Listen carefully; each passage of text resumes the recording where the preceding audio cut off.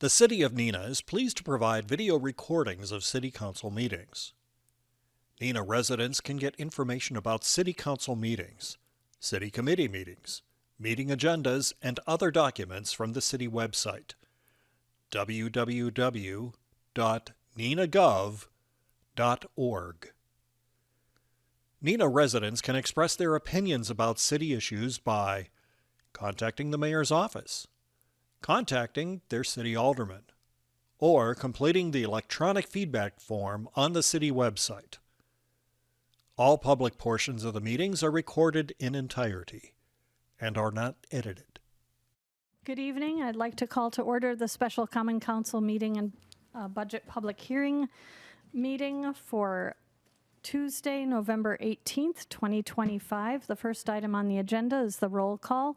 Please indicate your presence on your roll call device, and the clerk will also call the roll. Council President Borchard. Present. Alderman Bruno. Here. Alderman Erickson is on her way. Alderman Linsky. Here. Ellis. Here. Steiner. Here. Paulnow. Here. Lendrum. Here. Weber. Here. Thank you. Council President Borchert will lead us in the Pledge of Allegiance. I pledge allegiance to the flag of the United States of America and to the republic for which it stands, one nation, under God, indivisible, with liberty and justice for all.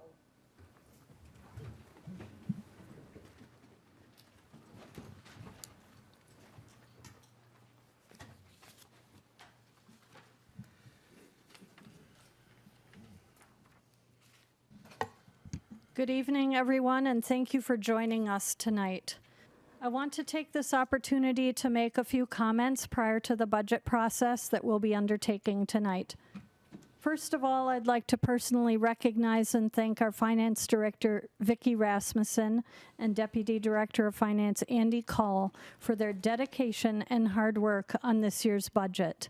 It is never easy to figure out how to balance all of our priorities as a city with the top priority we have to our taxpayers of providing top-notch services. I'd also like to take this opportunity to thank all of our department heads and staff who work so diligently every day to make Neenah the great place it is. That being said, we presented a budget to the aldermen for their review on October 29th, and we went through the budget workshop process with them on November 10th and 11th. As always, the council president and council members do a great job reviewing and coming up with their suggestions to improve the budget as presented. So I'd also like to thank them for their hard work over the many weeks of review. As with all previous budgets we've proposed, our top priority remains public safety, with 53% of our total budget going towards public safety, police, and fire. Our police department is now fully staffed, and we have successfully negotiated a contract with our police officers. We're also fully underway with our remodel of Fire Station 31 and the training grounds, which will greatly enhance our firefighters' safety and ability to train at their site on Tuller Road. We are also committed to continuing to fund our current employees with a modest increase of 2.5% spread out over the year, with a 1.5% step increase in January and a 1% cost of living increase in July. This increase, so everyone is aware, does not apply to elected officials. Next year, we are again evaluating our salary plan for employees, as we are committed to compensating our employees with competitive wages in order to retain and attract the best workers for our community. We're committed to rewriting our zoning code in 2026 for the first time since the 1960s, and this will greatly help with our work with developers looking to do business with our community. We're also doing a comprehensive review of building and housing codes. Looking back over 2025, though, our city has much for which to be thankful. We've had significant business expansions at Galloway, RGL, and a large facility for Gunderson is soon to be located in our industrial park. We've also added significantly to our available housing, with 85 new single-family homes having been built so far this year. That's twice our normal average and says a lot about our community development department's ability to think creatively and outside the box about accomplishing the goals that were identified in this year's housing study. Also a first in many decades to be conducted. We had the highest net new construction in the city's history in 2024, which positively impacted us this year, and we're well on pace to match or even exceed that number, which we already have exceeded that number in 2025. We have continued growth at the Bridgewood apartment complex on the city's south side, and have also finally achieved the goal of acquiring the warehouse on Main Street for the purposes of establishing additional development there. Shortly after the purchase was announced and after we underwent an RFP process for developers, we were happy to share that Terrence Wall, who built the Solaris apartment complex, was also offering to purchase this newly available site from us for the development of additional apartments in our downtown. The South Commercial Street project successfully wrapped up this fall, one of the largest street reconstruction projects in the city's history, coming in 2 weeks ahead of schedule and on budget. Thank you to our Public Works Director, Jerry Kaiser, and the team for all of their hard work on that. It's also great to announce that an RFP process for housing on this important corridor yielded 4 proposals for consideration. One of those proposals was chosen to move forward, which will certainly spur additional development and enhancement in the South Commercial Corridor. Additionally, we're working with ThedaCare to add housing for their new residency program, which will be located on the former Roosevelt School site. This will be a great opportunity for the city to draw in doctors in training and hopefully get them to make Neenah their permanent home. This project will no doubt also spur additional development on Doty Island, and those new residents will add to the positive fabric of the Doty Island neighborhood. So again, many great things are happening in our city, and our staff and council members can each take pride in the part they play in making those great things happen. Another milestone for us in 2025 was the process of undertaking our first ever strategic plan for the city of Neenah.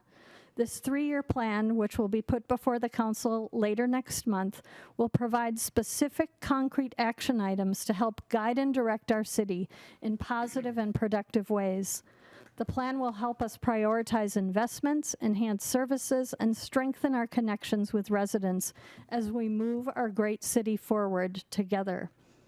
We were all very happy to see the feedback from our community survey conducted as part of this strategic plan process, which identified the top 10 words our residents use to describe Neenah. Those top 10 words are vibrant, beautiful, community, safe, friendly, home, quaint, growing, clean, and welcoming. That's a really excellent assessment, in my opinion. Before I conclude, I'd like to take a moment to address an item that has caused concern for the community, and that is the proposal in the 2026 budget to reduce our crossing guard numbers from the current number of 14 down to 10.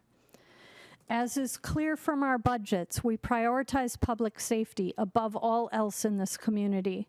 Our police chief, Aaron Olson, who has my utmost respect and admiration, has been working with the Neenah Joint School District Superintendent Steve Harrison and East Central Wisconsin Regional Plan Commission Safe Routes to School experts on this proposal.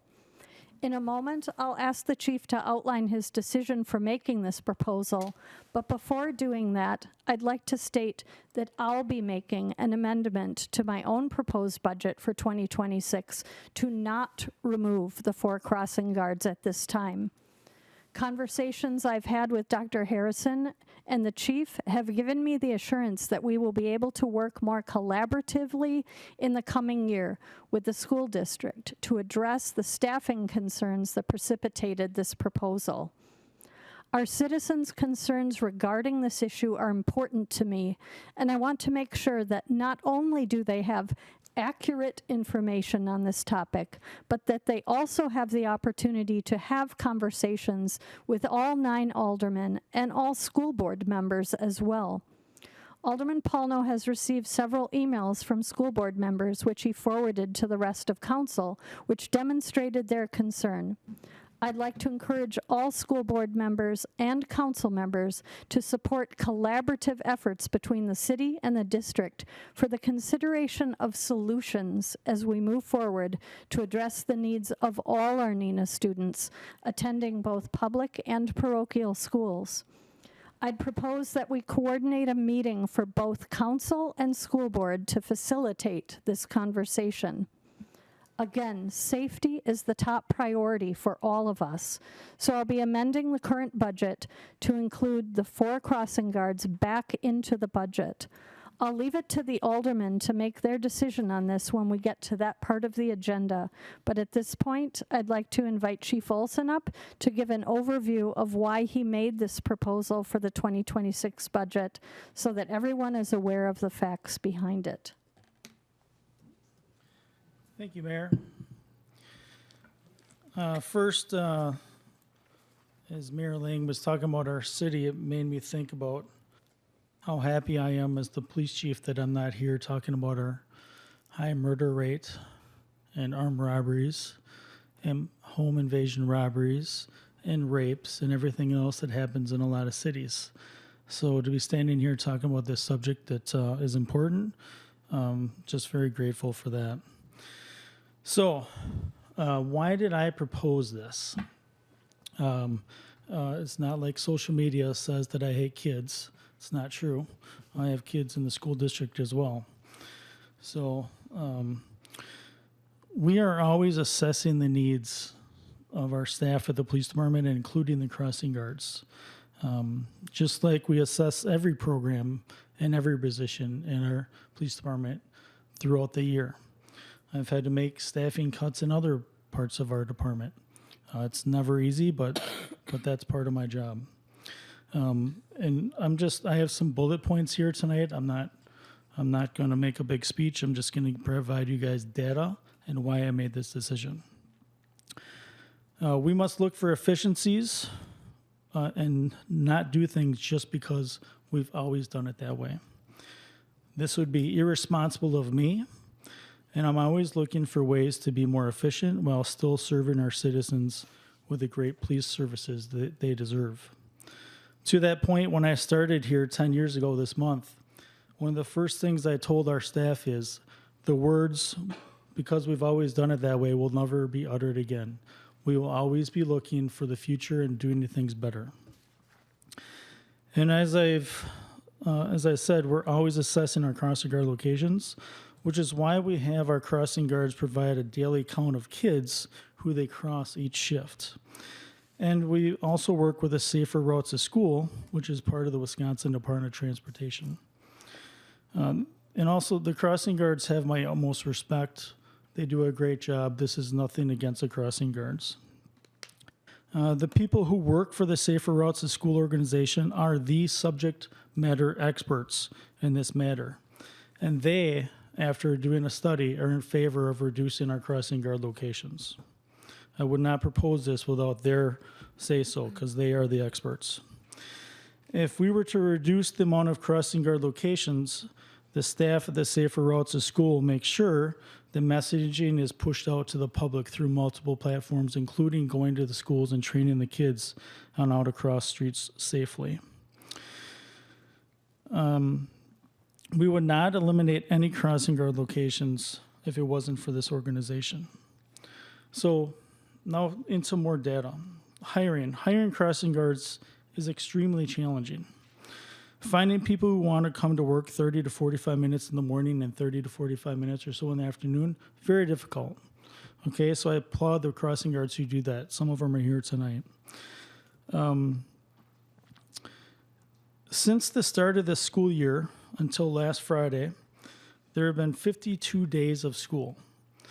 Out of those 52 days of school, we've had to cover 95 crossing guard locations. That's no small task when you only have 4 to 6 officers working at a time.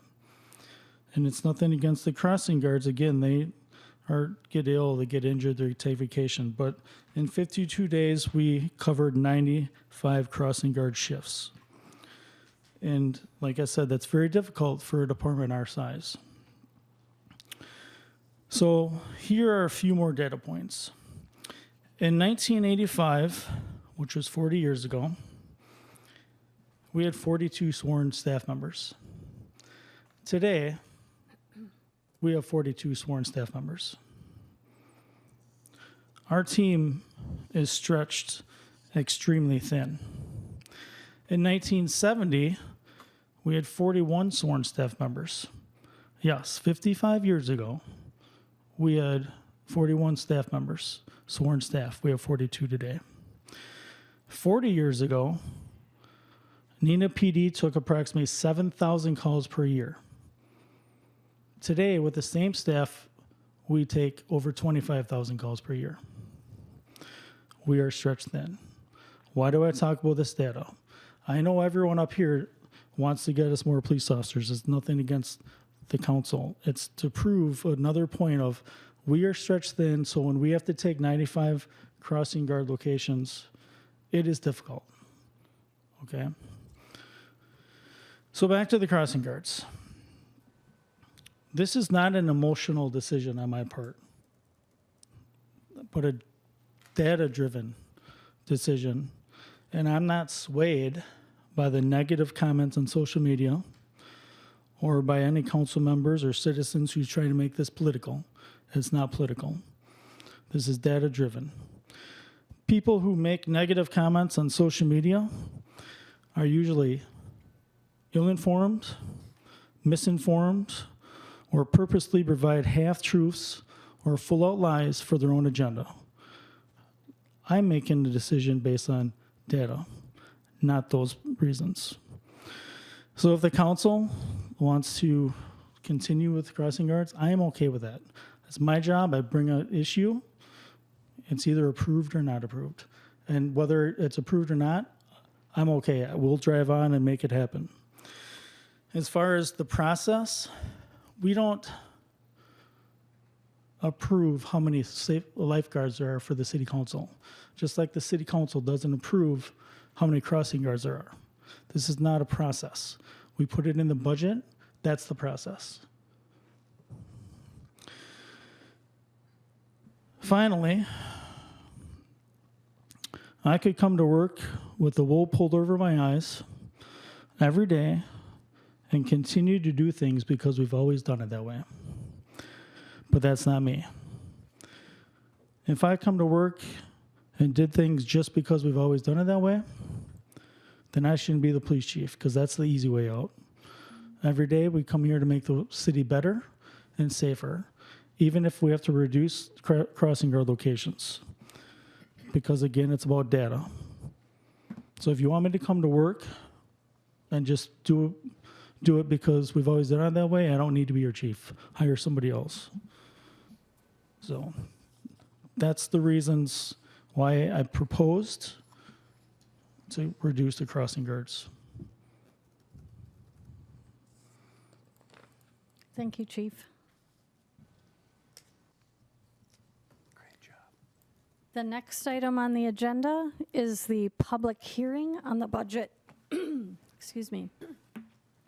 So I will open up the public hearing on the proposed 2026 operating budget and 2026 capital improvements program budget. If there's anyone who would like to speak during the budget public hearing, please come forward, give your name and residential address. Good evening. My name is Katie McCowan, and I live at 207 Cedar Street here in Neenah. I'm here tonight as a concerned citizen regarding the proposed reduction of our school crossing guards from 14 to 10. Community safety, especially the safety of our children, should be one of the highest priorities in any city budget. Crossing guards are not just nice to have. They are one of the few proven frontline safety measures we provide to children during the most vulnerable part of their day, getting to and from school.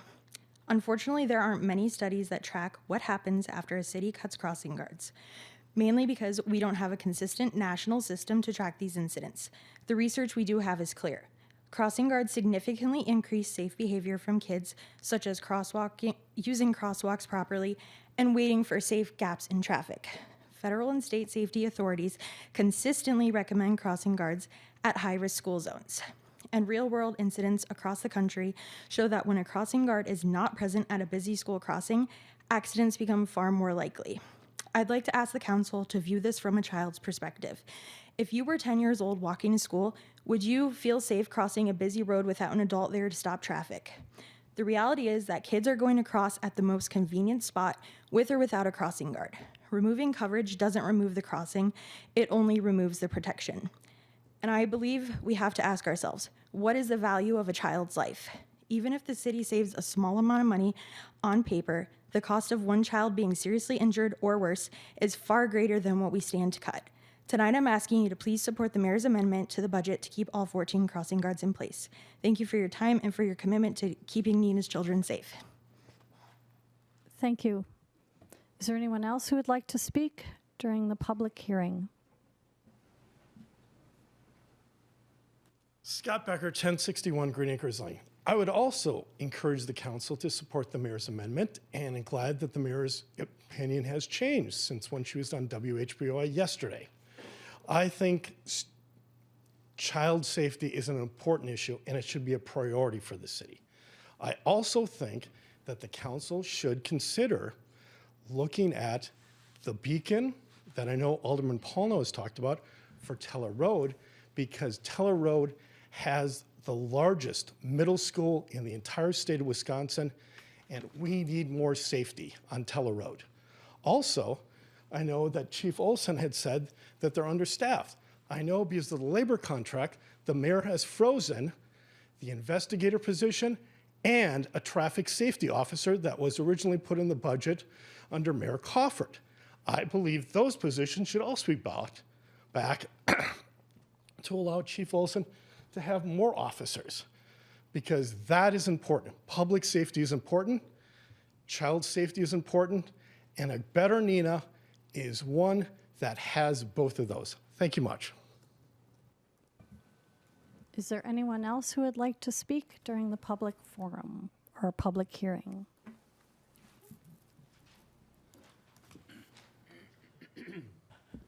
My name is Vicki Hansen. I have been a crossing guard for 10 years, and I have been almost on every corner in this city as a crossing guard.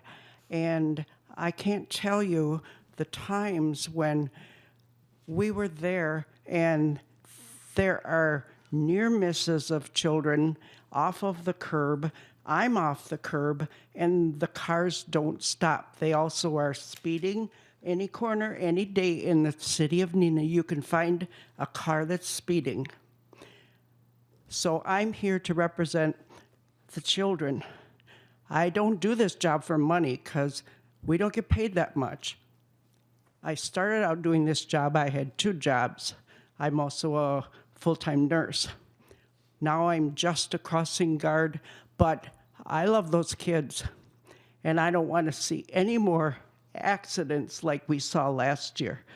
We had a pedestrian car crash, 2 of them last year. This cannot happen in our city.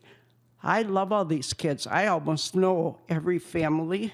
I'm surprised there isn't a room full of parents here and talking about this issue, how scared they are. Many of the parents walk with their kids, and I'm grateful to see that. But let me take you back a few years, and I had an incident at one of the corners, and I could see this accident could happen. Well, I've been on this corner full time, and there was a child in the back of the car.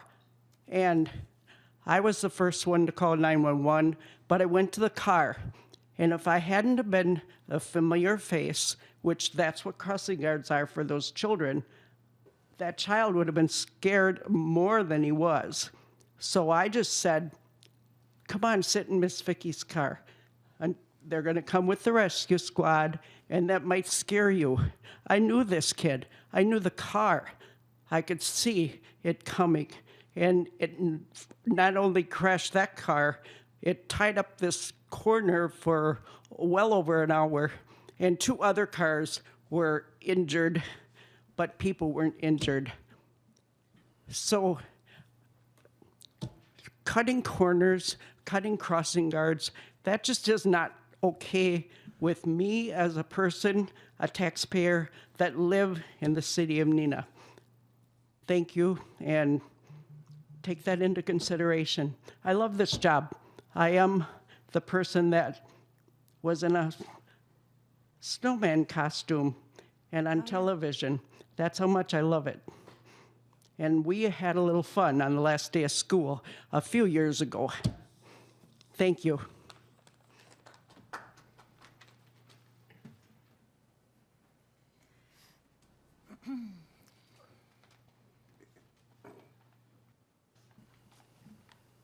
Hi, my name's Don Ebelt. I live at 746 South Commercial Street.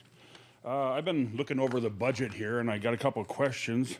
Like, why do we need to spend $500,000 for a police locker? And after you bought that property of the warehouse, and you're going to build a hotel, how much is that going to cost, Neenah? And do we have to destroy the building before you sell it? And who pays the interest? I'm a taxpayer, and I want to know where my money's going. So there are some questions I want to know. And then the third one was, we have all this stuff good for Neenah, but we don't have any homeless shelters or any help for the people that are out there in the cold. The mayor said we only have 2 homeless people in the city of Neenah. That's not right. That's not right at all. We've picked up tents in the woods.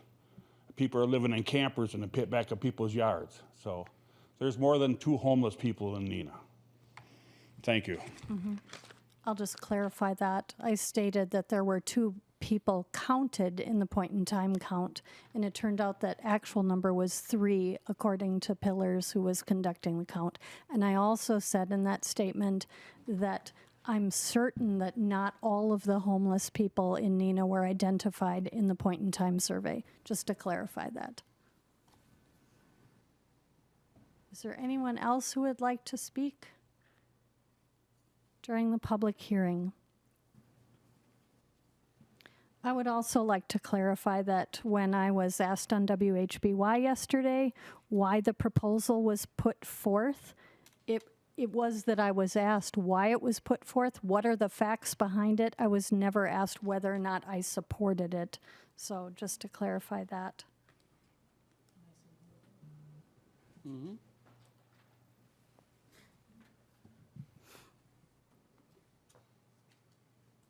Mr. Becker said that the mayor reduced their staffing from 44 to 42 for sworn staff. That's not true.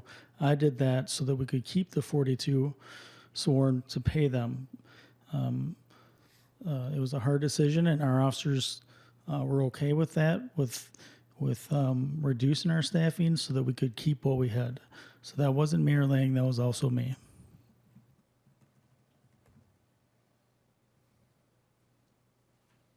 Is there anyone else who would like to speak during the public hearing? Seeing no one, I will close the 2026 budget public hearing and move on to discussion and consideration of public hearing and other matters related to the recommended 2026 operating budget and capital improvements program budget. The item for a motion is consider resolution 2025-18, adopting the 2026 operating and capital improvements budget, and I'm looking for a motion. I would so move. Second. I think Alderman Lundrum has the second. Sorry. There's a motion by Alderman Ellis, seconded by Alderman Lundrum. At this time, then, I would like to make a motion to include back into the 2026 budget the 14 crossing guard positions at a cost of $19,000 to be funded by the undesignated general fund balance, which will have no impact on our tax rate. Second. It's an amendment to the budget. After this amendment, then I will turn it over to Council President Borchert to talk through the committee of the whole amendments that were brought forth.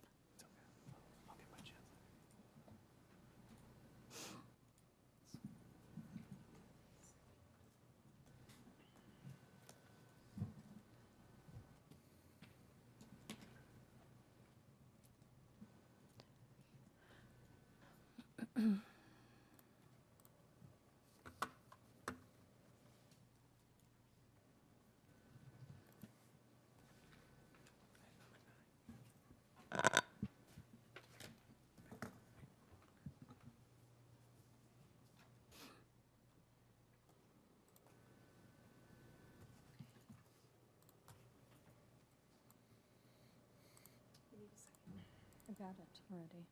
It was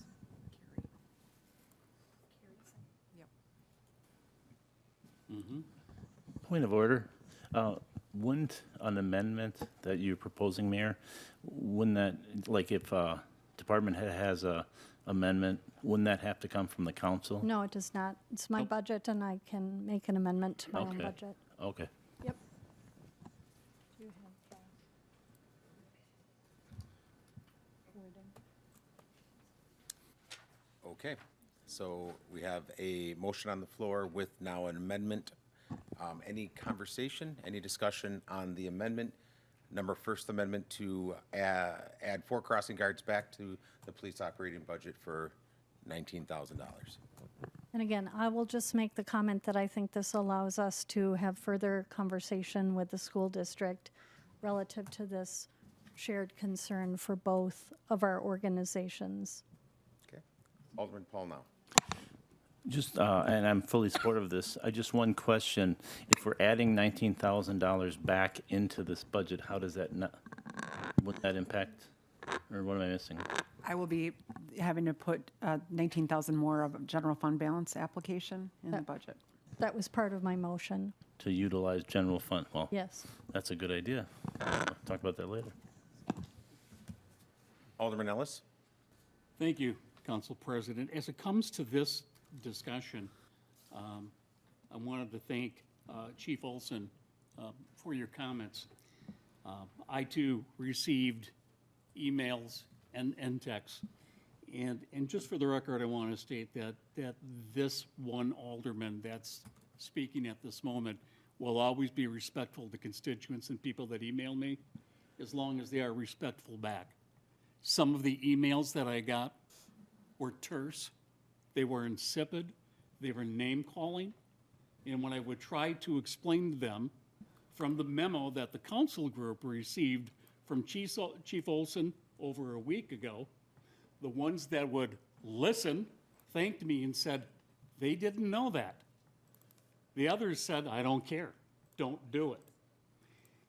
I just want to share that we from a council, this alderman, and I hope I speak for everybody, we care about the children, we care about the seniors, we care about everybody that crosses the street. I'll tell you what we don't care for, or this alderman doesn't care for, the outright lies sometimes that show up on social media. It's bull. They're twisting the truth for something that has nothing to do with what's good for the city of Neenah. They're doing it to better themselves for whatever reason it is, and they ought to be ashamed. Period. This city cares. This city's got 27,000 people. The city's got 130 streets. It has 140 sidewalks. It's got 10 elected representatives that spend a great deal of time here, that do that extra homework so the taxpayer doesn't have to, but our doors are always open to answer any questions that we can or get you to the right people. And sometimes we make a mistake, but we don't do it for us. We do it for Neenah. And I just hope that more people will come to understand that what we do is not for ego, it's not for personal growth, and it's not to disperse lies to the public to fit an agenda for what the hell I don't know. We do it because we care. Thank you, Mr. President. Alderman Steiner. Thank you. So first, I want to thank everyone who came here to speak, because the second you walk in the room, even if we agree or disagree on something, we all have something in common, which means that we care. right? You cared enough to show up. You cared enough to be here. I really respect that. And it's not always easy to stand up in front of everyone and talk to a group of strangers. So I do want to echo some of the comments the mayor made earlier. I've been about coming up on 4 years. I've found Chief Olson to be nothing but a man of topmost integrity. He cares deeply, deeply about this city. He's very thoughtful and intentional about what he's proposing. And I certainly respect and appreciate when people talk about child safety. One thing to keep in mind, though, is that time and resources might also be spent towards keeping fentanyl away from our kids. It might be to track down child predators. It might be to have active shooter preparedness training, right, for the city. So certainly this is an important topic, and I appreciate everyone speaking on it. But just because this particular item, through research, through data, through evaluation, Chief Olson getting the experts as an example, it doesn't mean it's not going towards child safety. It's trying to utilize a limited number of resources in the best possible way. And I certainly respect that you came here with concern, but I do want to reassure you in all my experience in working with Chief Olson that he really cares deeply. And if he made the decision, it's because he evaluated it thoughtfully and he went with the best choice available so we could move things into a different area, potentially, that would also support child safety. Thank you. Alderman Weber. Thank you, Council President. Alderman Steiner stole a lot of my thoughts, and I'm not going to be as I'll say as animated as Alderman Ellis, but I feel exactly the same way, and I'm a lifelong resident of Neenah, and safety and our children growing up. That's why I live here. That's why I came back here, to work after college, and that's why we raised our family here. And I want to just thank Chief Olson because he did put a lot of thought behind what he was proposing, and he outlined why he did it. He didn't even go through all the bullet points that he has shared with us prior to this. And I really appreciate that because it's not an easy decision. And just want to also reiterate that he has the utmost integrity every time he talks about a topic and a subject within keeping our citizens safe. So just again, please keep in mind that is the top priority for everyone sitting up here and everyone that's on the staff within the city of Neenah. Thank you. Alderman Paul now. Thank you.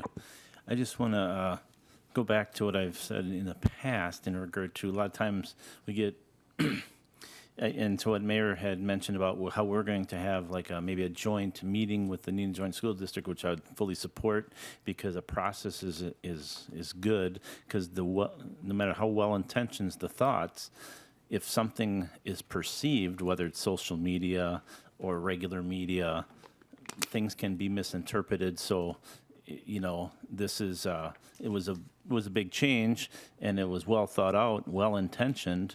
But we received that email, which a lot of people in the general public didn't see all those details and things. So with this, any of these changes, I think of this magnitude, I would always recommend we go through committees and the council, so we can, as aldermen, can be advocates for the ideas and the thoughts, or input, where we think we could change them.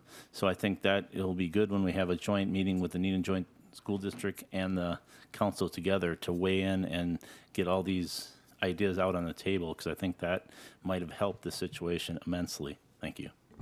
Alderman Erickson.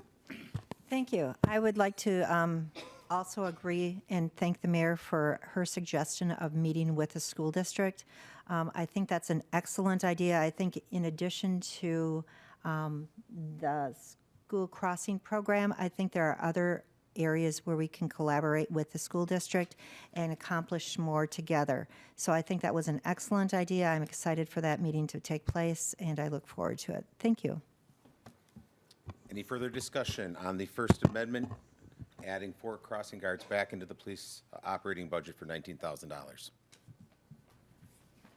Okay, seeing none, please indicate if you wish to approve the amendment or deny the amendment.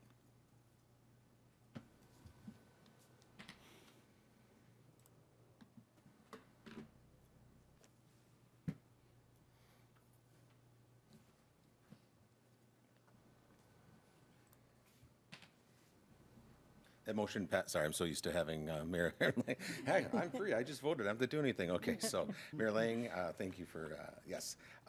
That clearly passes 8-1. All right. Moving on to our second operational budget amendment. Increase alderman pay by 5%. In 2026, this will affect 3 alderman seats up for re-election in April. This will increase salaries and expenditures and increase the amount of undesignated general fund balances applied by $620, and I so move. Oh, there is a motion, and then, wow. No, that's on the original. Oh, the original one, okay, I'm sorry. So, sorry. Just, sorry. yeah, wait.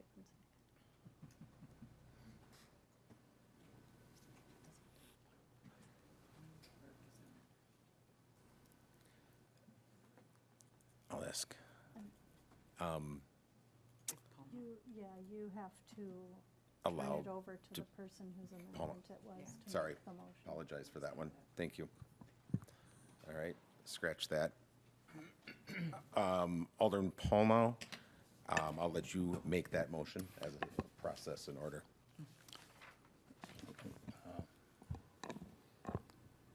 That makes sense? Yeah, it does make sense, but you have the motion. Do I hit a Yep, second? Then I'll that's just, We'll do it, Clerk Nagel will take care of that real quick and switch it so that you're the original amender. okay.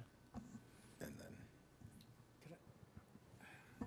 get that, that's all right. It's a little tricky, a little wonky. So what we'll do is we'll go through all of it. Just a point of order. Certainly. So, understandably, we were talking about the crossing guards, but I know the gentleman had a couple questions in regards to the budget. When's the appropriate time for us to talk about, the building tear down?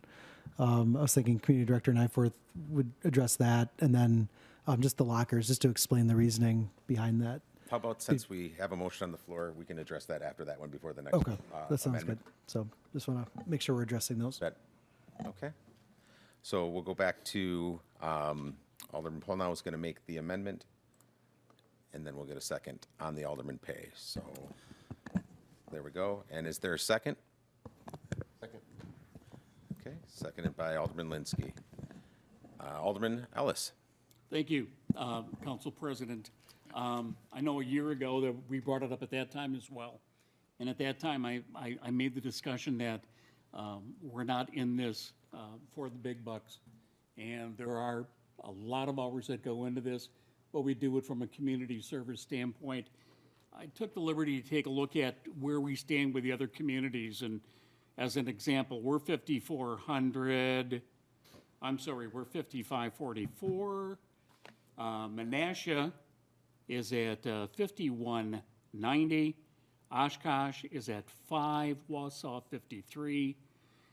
De Pere 76. Good for them. And the rest are about 5,000 to 6,000. So it's not that we're under anybody else's, but I just, if it were up to me, and I'm not making this as a motion, so everybody breathe, but if it were up to me, I would make a motion that we kill the salaries for the council, because I think it sends a message that, it's about the money, and in this guy's case, it isn't. So just for the record, I'll be voting against it. Thank you. Alderman Polnow. Thank you. In regard to salaries, I think it's prudent, if you're going to have a salary, that you incrementally increase that salary. I'm an advocate for aldermen getting paid. I don't apologize, and I want good people to come forward that maybe are doing this, probably this, people don't want to say that, but a lot of hours, it's almost like a second job for people, a full-time job, and there's people that maybe, if you're in a certain financial position where it doesn't matter about money, I can understand that. But I think that shuts us out. And I think there's possibly candidates. And I think there's a reason that you see every municipality I know have some type of salary. I don't think I know of any municipality that doesn't have a salary. So an incremental basis, and this has been 4 years, that's what I'd recommend. If we could set it up, we do it every 4 years, just a bump, I would be perfectly fine with me. But I think as you do have a salary, you should recognize that there is value in what we do. And maybe that's non-politically correct to say that as an alderman, but I don't apologize for that, because I work diligently 20 hours a week at least on these issues. So, that's not a lot of money to begin with. So that's why I brought this forward, because I think there's other aldermen that probably would support this, but maybe they don't feel that they want to put their name out there to be perceived in a certain way. I've been doing this long enough. I'm not really worried about that perception or that political capital. So that's why I'm bringing this forward, and I hope it gets passed. Any further discussion on the amendment? Alderman Bruno. Yes, I agree with both of you. Like everybody, I would like to have more money in my pocket. But I would say that for me, it's more money-wise. We are looking for reducing our, I would say, deficit, budget deficit-wise.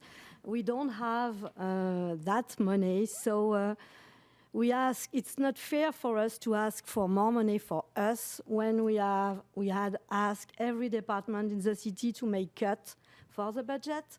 When we will ask our constituents to pay more taxes. So it's more money-wise. When we don't have the money, we don't have to ask for money. So it's for me much budget-wise that I would vote no to an increase for my own pocket. Alderman Lendrum. Thank you. Flo said exactly what I was going to say. And beautifully said, by the way. This is an elected position. It is, to me, always has been for and about service to this community. It is not a job. In the past, I've always voted against our raises. I think it's just inappropriate when you're talking about taxpayer dollars, so I'll be voting against this too. Okay, any further discussions on the amendment? Okay, seeing none, we'll vote on your voting devices.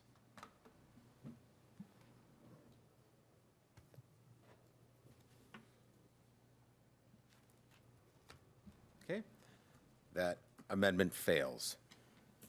Council President, I'd just like to comment that there is no and was not any amendment put forth to adjust the mayor's salary, just so that's known. The mayor's salary, also being an elected position, is not impacted by the percent increase that is given to other employees, just so that the community is aware of that. Okay, so we'll take a side detour from the amendments and get some questions to Don. Sorry, Don, I forgot your last name, but I had Don down here. So Ebelt. Ebelt, thank you. Director Nyforth, there's a couple things on there I think that you could probably address. I can answer the questions about the warehouse at 135 Millview Drive. It's not going to be a hotel. It's actually going to be apartments. T-Wall Enterprises out of Middleton have submitted a proposal to construct 236 market rate apartments from efficiencies all the way up to 3-bedroom. So the city will be tearing down the warehouse building, working with a contractor on that. And the T-Wall hopes to start construction by the end of 2026. Ask a question. Who pays tax dollars pays for that destruction, tearing it down? Do we pay for it? The city will pay for it. We have identified multiple funding sources. There will be some opportunities for salvaging some of the materials of the building, and we've also are looking at different grants that can help assist with those costs. And I think there was one other comment on the police lockers, you said? Was that correct? Yeah, $500,000 for police. Okay. Chief just happens to be here.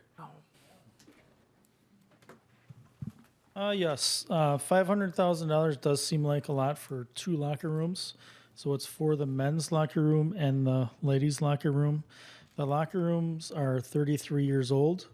When the police department was built, they didn't put enough AC into the building, and so there was no AC in the locker rooms. So it was an afterthought, and they added a unit that didn't work. So the locker rooms were always very humid and dripping wet, and the lockers are rusted. The floor, we We don't even want to think about how much mold is probably in there. We'll find out during the construction. But $364,700 is for the lockers for both rooms, and $135,000 is for the wall tiles, the flooring, the showers, the toilets, all those kind of things. Their locker rooms are large. The lockers are not just little things, because we have a lot of equipment that go in these lockers. So lockers are quite expensive compared to what they used to be. Captain Ton Van Zambeek is in charge of this, and he's went to many conferences where they actually sell lockers, and he's vetted them, and this is where we came up with a number is to do it as cheaply as we possibly can. Thank you, Chief. Okay. I think those were the issues that were addressed or brought up. Can I just add to that? Certainly. Thank you. I'll vouch for those locker rooms because when I did a ride-along, I had to go in there.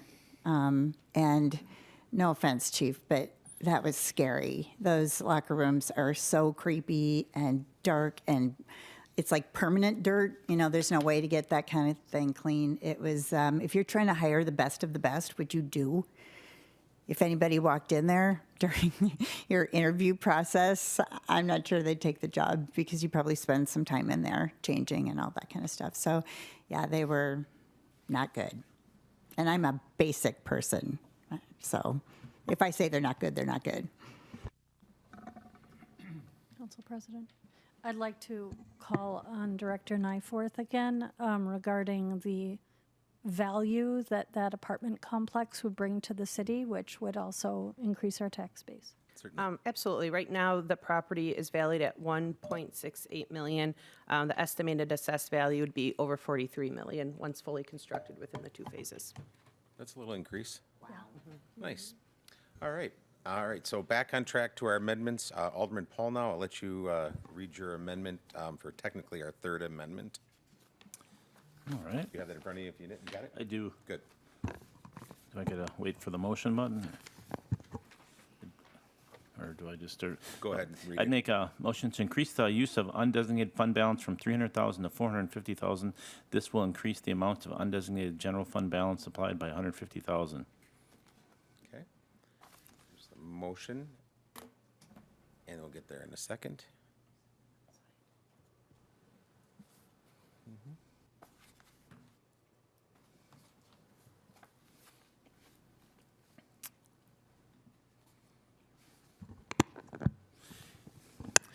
And then I had, to me, it's, this would help lower taxes a bit.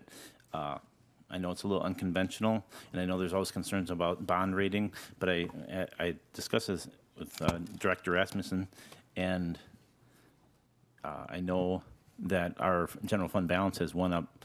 There's been years where at 12%, there's years where at 15%, but I think we're close to 19%. And I know she'd advocated for a fund balance policy, which probably would make sense. We don't have that now, but I just think this was a kind of a low-hanging fruit, considering we're almost at $6.5 million plus of the general fund balance. So that's why I thought this would be an opportunity to gain some ground on this year. In my years of doing budgets for the city of Neenah as an alderman, this seems, the impact of fees and taxes is the most I've seen since I've been here. Overall, when you add the wheel tax and sanitary rates that we have to implement this year, and then this. So this was just an attempt to try to bend that curve a little. Thank you. Okay. Director Rasmussen has provided a little bit, some commentary. You haven't seen it, but she has it, so I want to make sure I defer on some of the amendments to you, so feel free to. Thank you.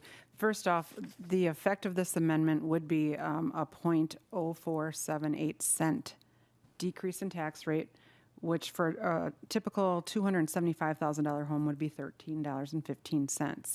What I wanted to say, one thing that I've thought of while thinking through this is that the fund balance also includes mark-to-market, which is a paper entry we have to do for the audit every year, whether it's our unrealized gains or our unrealized losses. A couple of years ago, we dipped down to $3 million because we had a $2 million unrealized loss, even though we hold our investments the full course.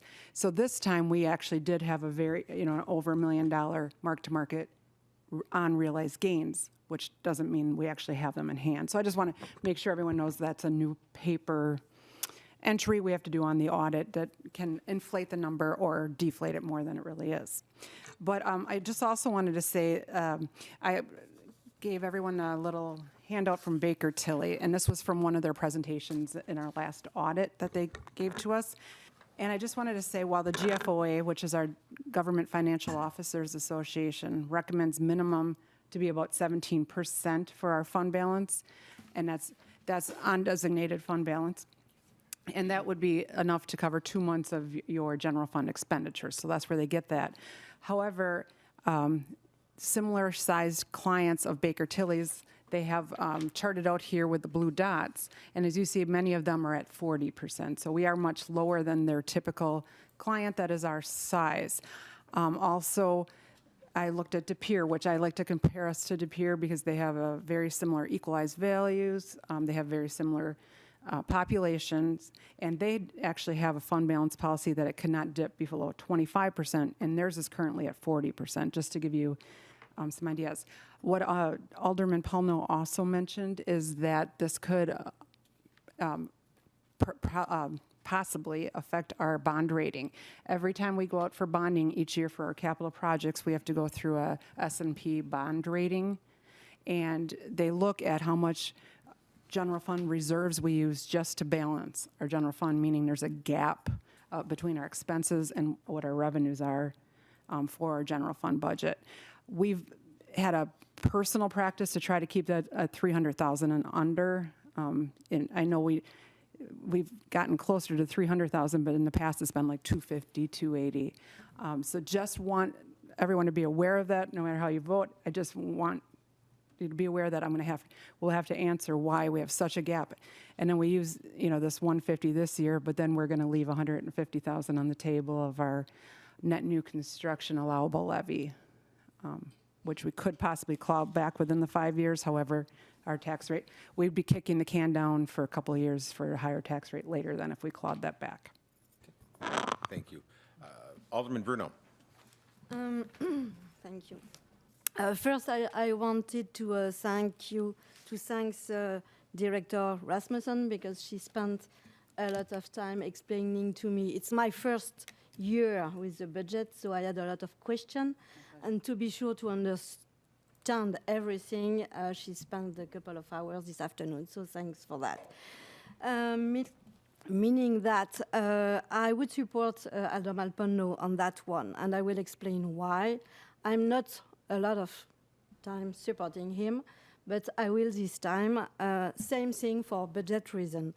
I'm not in favor of the increase of the 4.15% this year, and I think that we should find ways to lower that tax increase.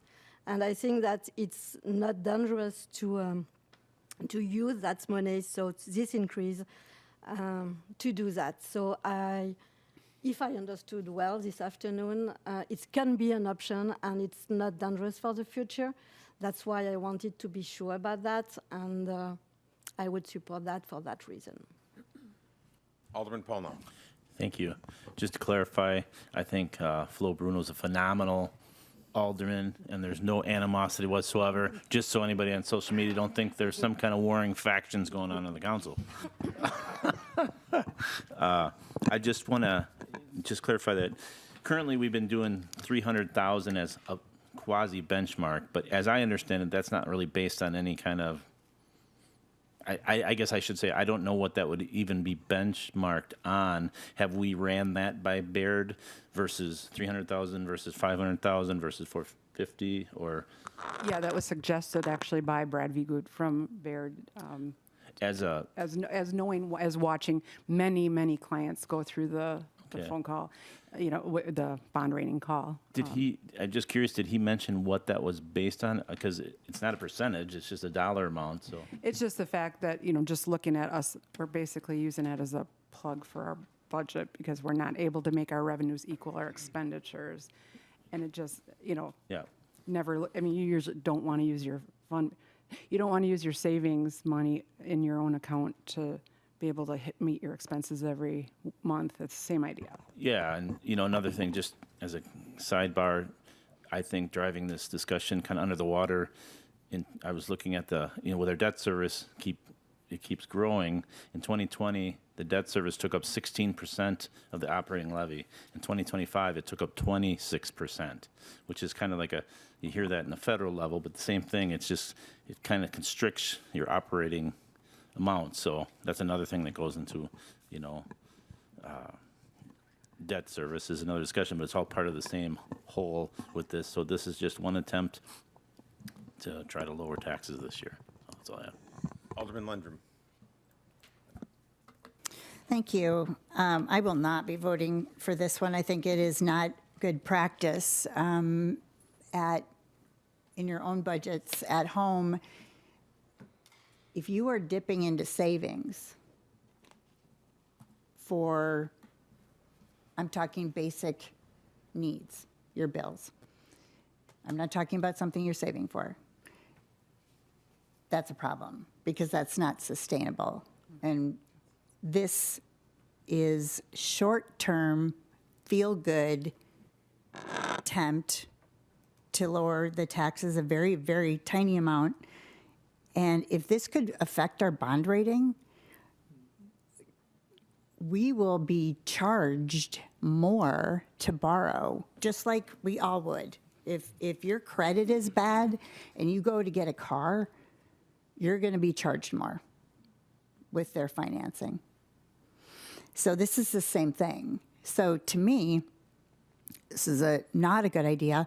And this chart that the finance department, they do long range forecasting. And I'm not going to show anybody because it's scary. This one goes out to 2030. And that would just be made worse, is taxes in the long run. And I don't think this is a prudent move at all. And I wouldn't do it at home. I wouldn't recommend anybody else do it. And I wouldn't recommend it for our taxpayers. So thank you. Alderman Steiner. So first, I do appreciate Alderman Paulnow's amendments in an effort to decrease taxes. I do agree, however, there are other amendments later on that he proposed that I'm going to be in favor of. This one, just the concern around the bond rating is where I have a pause because I feel like longer for the current year, yes, it will make a positive impact, but I feel like longer term, it'll be more detrimental if we're looking ahead. And if you think about, who knows when a recession comes or something like that, I think making sure that we're financially as strong as we can be is important. So again, there are other items that we'll talk about later that I am in favor and appreciate the efforts, but on this one, I will be voting against it. Thank you. Alderman Bruno. Yes, just to resume, we are talking about 150,000 on 6 million on the fund. So it's not like if we are using the whole fund. So I think that's what you are talking about. It's not really relevant there about what we will have to borrow tomorrow. It's not the case now, if I understood well. So, to answer Alderman Landrum, I agree with you about we don't have to use our, I would say, saving account to pay our bill, but same thing, it's not the case. We are not empty, we will not have our empty account to pay the bill. And I'm not sure that it's neither the purpose of the city to sleep on money when we will have to ask our taxpayer to pay for the bill. We have money in this account, and I think it's enough money to spend just 150. That's my opinion. Okay. Any further discussion on the amendment? Seeing none, indicate your vote on the voting device.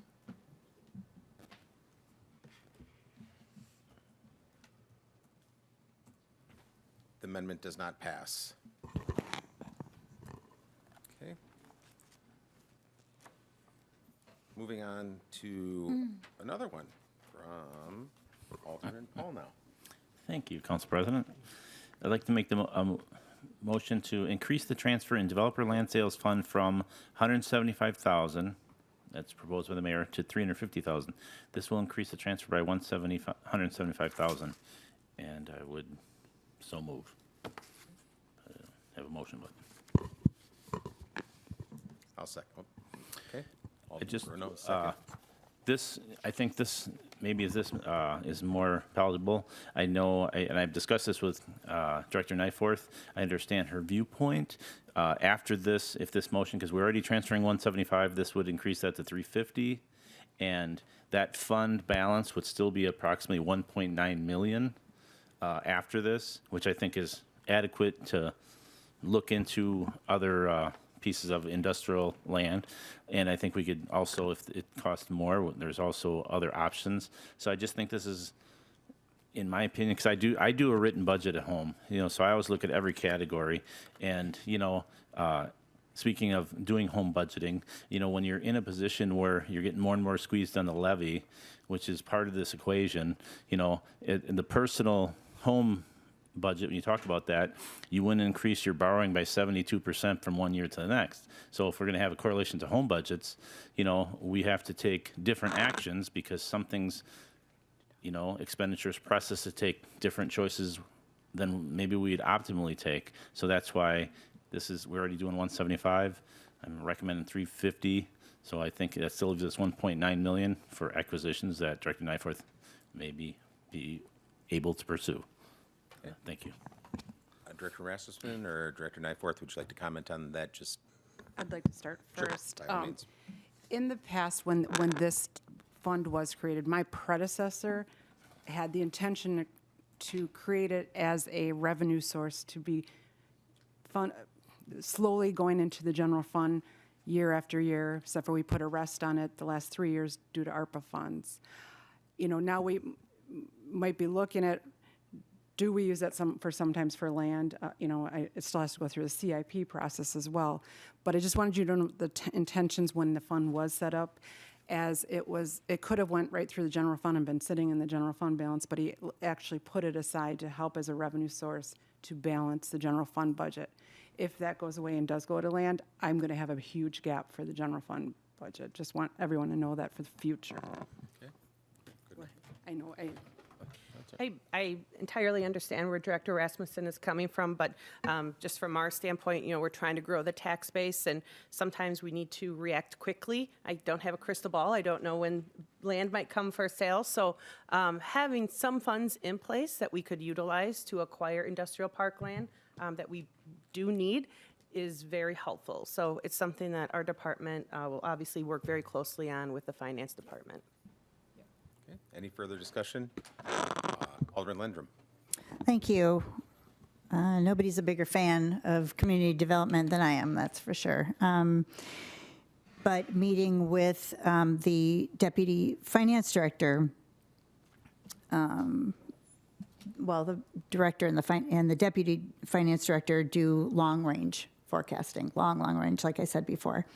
And in 5 years, apparently, this is going to be a problem if we do this. So what I am saying in defense of me not wanting this is that I think that, and you can correct me if I'm wrong, if you, meaning community development, needed money to purchase something quickly, because we all know real estate is unpredictable, and sometimes we do need to act immediately. I totally agree with you on that.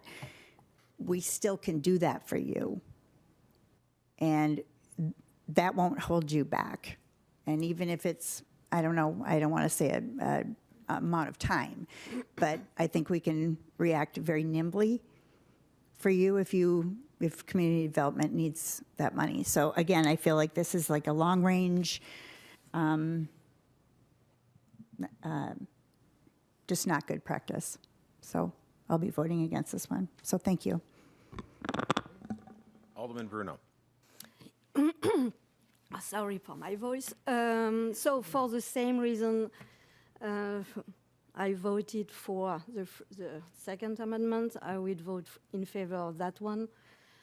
Again, I'm concerned by my taxpayers, and against in this fund we have 2 million. So Alderman Polno is just asking for 175,000. So I think that leave you enough money for the what if, and the what if we have to buy something quickly, we still have money there. We can have other option, if I understood well this afternoon as well, to get money. So I wouldn't take the risk of having to increase tax for the what if we need money for buying quickly. It's not that quickly, it's not neither for tomorrow. Otherwise, you should be aware of, and we should be aware of. So that's for that reason, I think that it's going to be reasonable to take that money to lower our tax increase, and that's why I would vote in favor of that one. Okay, Alderman Paul now. Just want to, the most of this money was, as I understand it, was from, we had borrowed money, bought land for, and then we sold that land periodically back to Freedom Acres. So, you know, this was originally borrowed money, now it's into account, and the account was set up, as Director Rasmussen had said, to help supplement and feed back in the general fund to offset cost and to help our taxpayers. You know, I guess, you know, I think we need to do, we can't just sit idly by and not take some actions to try to mitigate our cost increases to our taxpayers, because that's, you know, who we represent. At least we should make the attempt. I think this low-hanging fruit doesn't mean I would even suggest doing this next year. It's not like every year is a different scenario, how we look at things differently for each budget. So I just think this is low-hanging fruit to help taxpayers who are seeing some of the biggest tax and fee increases since I've been an alderman. So I think we should move forward with this. Alderman Ellis. Thank you, Mr. President. And again, Vicki, the net impact on all of this is where? Financially. Are you talking about this one amendment? Yes, so it would lower the tax rate by 0.0557 cents. So for a typical $275,000 home, it'd be $15.32. And when we look at piggy banking certain funds, and over the past 40-plus years, the success that we've had in Neenah is because we've not gone overboard and just had a blank check to community development or other departments and where they were going. But there's shrewd planning. And in years past, we have had quick things come up that you would like to move on. Part of the growth that we have seen, and the mayor alluded to in her opening statements tonight, happened because we piggy banked savings for our future, targeted, calculated, at risk, no. But everything else it is. In my opinion, cases like this, I will go with the department head and say that we need to keep this because we trust their growth, and I think that they have shown that they have earned that badge, so I will not support this either. Thank you. Any further discussion on the amendment? Seeing none, please indicate your vote on your device.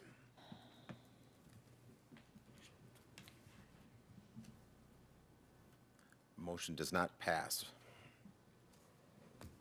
Okay. Moving on to the next one. Alderman Polna. Thank you. Clerk Nagel, are you ready, or should I just start talking? We could have an intermission sponsored by Darn technology. All right. Alderman Polna. Move away. I was waiting for a second. Well, yeah, I was wondering if you're going to read it, but All right, yeah. We're good. We got a second in there. Why don't you read it, though? Yeah, I'd make a motion to increase the transfer to an Alliant Energy Pilot Fund from $300,000, which is in the current budget, to $400,000. This will increase the transfer by $100,000. And this goes along the line of thinking of looking at funds that I think have healthy balances, which I think this one does. You know, and when we talk about home budgeting, people do this. you know, they have funds that they want to spend and use, and they transfer it from one account to another, you know, in a due diligent manner, which I think this would be doing. And that's, like, yet again, I'm just trying to utilize ways that I think are low-hanging fruit to help minimize the tax impact to our constituents. But apparently, it seems like that is not as popular endeavor as it used to be, but I try. Alderman Steiner. I am in favor of this. I think it makes sense. I don't see any reason not to do it. So I appreciate the amendment put forth. So I'm in support. Thanks. Further discussion, Alderman Bruno. For same reason, I will support it as well. Alderman Lendrum. Thank you. Director Rasmussen, can you weigh in on this? I'm conflicted on this one. This one, and I'm not sure if everyone knows what the Lion Energy Pilot Fund is, but we get paid a payment in lieu of taxes from Lion Energy. Half of that payment goes to the town of Neenah every year, and the other half goes in our fund. And again, we've grown it for the last 3 years. With this, this one, you know, we still do keep as a revenue source again, like we do with the land sales to fund the general fund. This is a smaller amount. It would have a 0.0319% decrease of the tax rate, which would save the taxpayer $8.77 for a house at $275,000. So again, we'd run out of money, but this is, you know, $100,000. If I had to pick one out of the three, this one would make sense. I don't know if that makes any sense. It does. It makes perfect sense. Yeah, I just, in terms of taxpayers, protecting our taxpayers, my concern is long range. And not just this year. And so, like I said, some of these are feel-good amendments. And if I may, Go this ahead. one does have money replenishing every year, unlike the some of the other ones we can't guarantee for sure do. So But this one is we will be less getting the pilot evil to every you year. than the others. Okay. Any further discussion on the amendment? Seeing none, place your vote on your voting device. And the amendment passes. All right. Allow the next one to queue up in a second.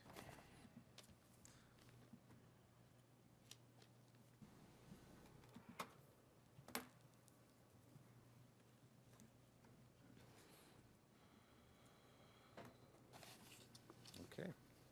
Alderman Paul now. Just waiting for a second. We can, I will automatically second it from now on. How's that sound? Sounds awesome, Council President. Great. Make a motion to increase the information system capital equipment item, multi-year hardware software maintenance agreements by $75,000 from $500,000 to $575,000. This was requested by the IT director, and I just want to say that this also will result in a savings next year, and I don't want to misspeak, but I thought the director said about 30,000. Yeah, shaking his head yes. So this one is a good one where there's savings on the back end. So thank you for the director for that. And I think this is the second time that's happened, because when he did the fiber, he was able to save us spectrum costs as well. I think that was last year. So he gets another gold star, in my opinion. Any further discussion on the amendment? All right, Alderman Lendrum. The IT director is right here tonight. He sent a very clear email, great explanation, so we appreciate that. So this was an easy one to do, so I'll be voting for this. Any further discussion? Seeing none, cast your vote on your voting device. Motion passes, or amendment passes. Okay. Second to queue up the next one.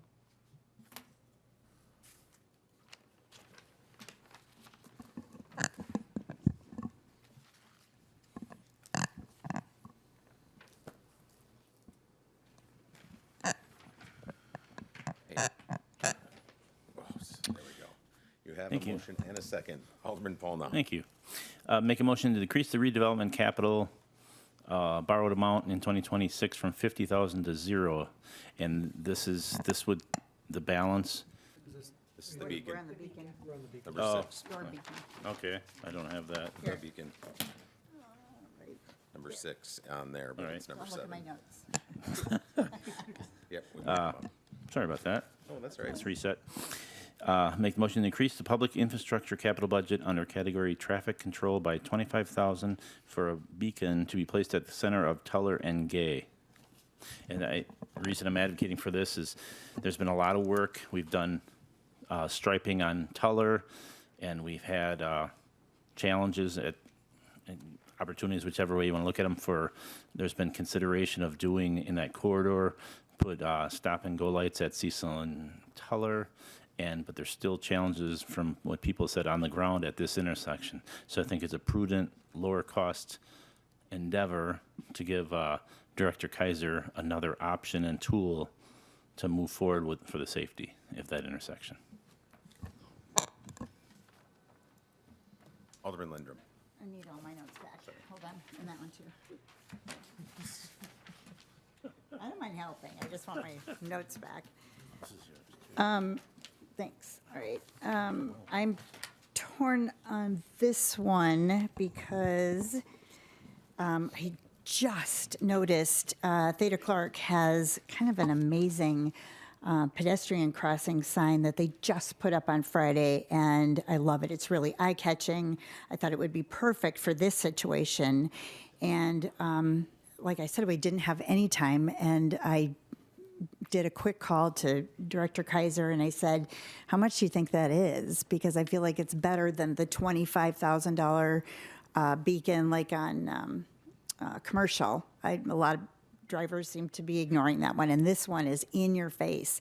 And he thought this one would be, the one at Theta Clark, it would be significantly cheaper, but we don't have quotes yet, we're not ready, all that kind of stuff. So my concern is that we borrow, well, we're not going to borrow right now, but we have this as a placeholder for 25,000, and it's entirely possible that you all will be sold on this other type of beacon that seems to be cheaper, and then I guess we just won't borrow it next year, right? We'll just, okay.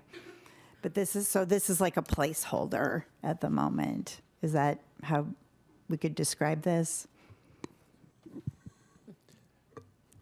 If it stays in the budget, I see this as direction to the department to pursue the installation.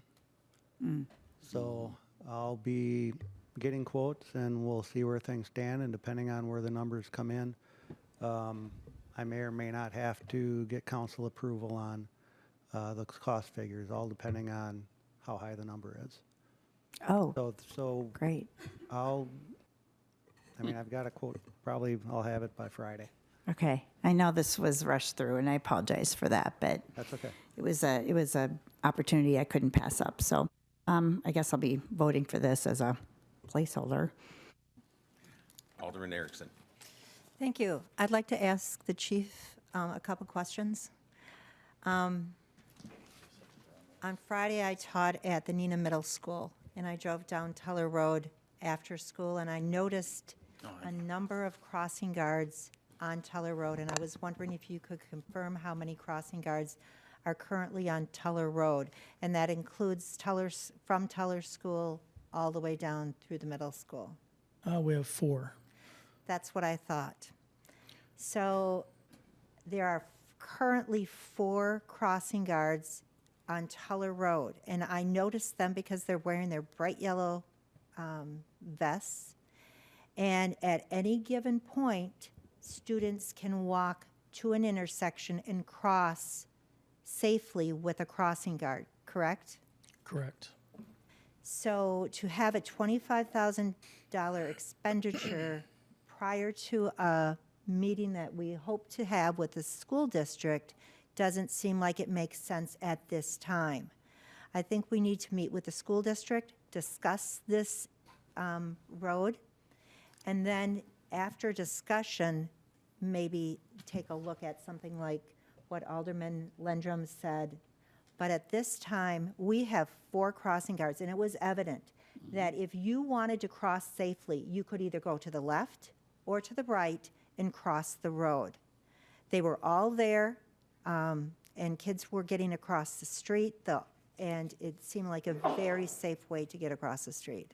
Yes, so we have one at Tuller and Cecil, Tuller and Gay, Tuller and Bird, and Tuller and Apple Blossom. So if you're coming up to Apple Blossom, you can take a right and go to a crossing guard. If a student is coming from Gay, they can go left or right to go to a crossing. I do believe that we do need some of these mechanisms, but we are still working with Safer Routes at School to see where we should add them when it comes to not only crossing guards, but other locations that they could be helpful. But that's something that they're still researching. We're not prepared to say this is where we think they should go. We obviously have to work with Jerry and his folks. So it's something that they're starting to look at, but we're waiting for them to get the data so that we can bring on Director Kaiser and his folks and us and determine where we think the best locations are for any kind of beacon or pedestrian crosswalk like we have in front of Lakefield School. Thank you. So for that reason, I'm going to be voting against this because I think further study needs to be done on this before we would put that in the budget. Thank you. Alderman Ellis. Thank you, Mr. President. I agree with Councilwoman Erickson, and I say 100% everything that she has said. I'd also like to add a couple of things, is that, you know, safety is paramount for all of us. And I believe that Alderman Paulno's request for this is very honorable, but I don't believe that we've flushed this through the process, which is the police department and their folks, Jerry Kaiser and their folks. And if this is something that really needs to happen, I think it should go there first and not be legislated by us because this is what we think we should do, or this is what our constituent wants. I think we have a higher duty to the taxpayer to make sure that when we pull that trigger, whether it be $25,000 or $5, that we're doing it the right way. So I too will be voting no. Thank you. Alderman Paulno. Thank you. I just want to say that I understand being prudent with dollars, but this is budgeting, and with Director Rasmussen not borrowing until we spend, I think we're in good shape. This allows Director Kaiser the option, if an alderman wanted to revise this amendment to have a $25,000 more for a device to be determined later, I'd be supportive of that. But it came up in committee that, you know, without direct funds for certain things in the budget, then it's behooves, you know, Director Kaiser has to figure those funds out. And I don't think that is a place where he really wants to be. He just has a bucket. We've had a lot of discussion on this whole corridor. This gives him an option, and it's still got to go through committee and council. At any point, we can change that. But budgeting is just a budget. It doesn't mean we're going to spend this or even borrow this, but it shows direction that the council wants this looked at and done. Thank you. Alderman Steiner. So I feel, if I'm not mistaken, this issue's been bouncing around for a while. I don't know the exact date. So in my mind, I'd rather give Director Kaiser the flexibility of looking at different options and having the budget for it. And to the point, Director Rasmussen has been very disciplined in terms of borrowing what we need, so we don't have to borrow for it, so it won't be a waste. So I'm in favor of it because I know people are concerned about it. They've emailed about it for a while, and I don't want to go back to them and say, well, we're going to take another year to consider it. I'd rather have that ability and empower Director Kaiser to evaluate the proper direction. Alderman Weber. Yeah, thank you, Council President. I'm also in favor of this, and again, to reiterate what Alderman Paulno said, we did discuss in committee, and I believe this is the right path to put this money in the budget. And again, it has to come through committee and be discussed and then get appropriately borrowed for, so it's not like it's spent because we're voting for it right now. So I just want to make sure I'm clear on that process, right? Because I'm not sure everybody else is clear on the process, right? So that's why I'm voting for it. It still has to be discussed in committee, and then, and that's what the committee's for, right? When Director Kaiser brings the option or options to us. So again, I'll be voting for it. Just point of clarification, Director Kaiser, you have the option, if it's lower than $25,000, to just do this. I'm assuming that you wouldn't, considering, but I just want to make sure, clarify that if it's $10,000 for a beacon, you could just put it up and not bring it through committee and whatnot. Yeah, our current purchasing policy would cap, well, I'm not going to get it for less than 5,000. Right. Understandable, yeah. So between 5 and 10 would require the mayor and finance director approval. Anything over 10 would require council approval. And then one other clarification too, there's a beacon of sorts on Bird and Teller, correct? That's correct. Okay. And I'm intrigued because based on Chief Olson's conversation and the studies, and I appreciate the dialogue we're having, because I didn't know there was studies that went on, and I want to make sure the public, because I've taught at the high school before, it's not like the school lets out and kids are just running and jaywalking and running crazy around the streets. They are pretty well conditioned to be able to go where the lights go and those types of things. Sometimes those thoughts, as I'm hearing it, I'm thinking people might think that we have no controls where kids go and what they do. So trust that those intersections are monitored and monitored well. I will be voting for this, in favor of it, because I do like having the conversation and the dialogue to start. So, any further discussions? Seeing none, indicate your vote on your voting device. Okay. The amendment passes. Okay. Clerk Nagel, a second to move through.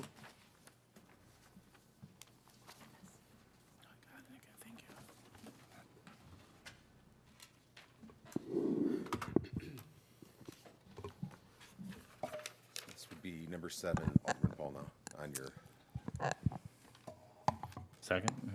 Okay. Yeah. I make a motion to decrease the rate of development capital borrowing from 50,000 to 0, decrease of 50,000. I discussed this with Director Nyforth, and this balance in there is close to 200,000 now, and she indicated that that's more than adequate right now for her needs on these things. So that's why I'm supporting this decrease in borrowing. There is a motion and a second. Any further discussion on this amendment? Seeing none, we will vote on your voting devices.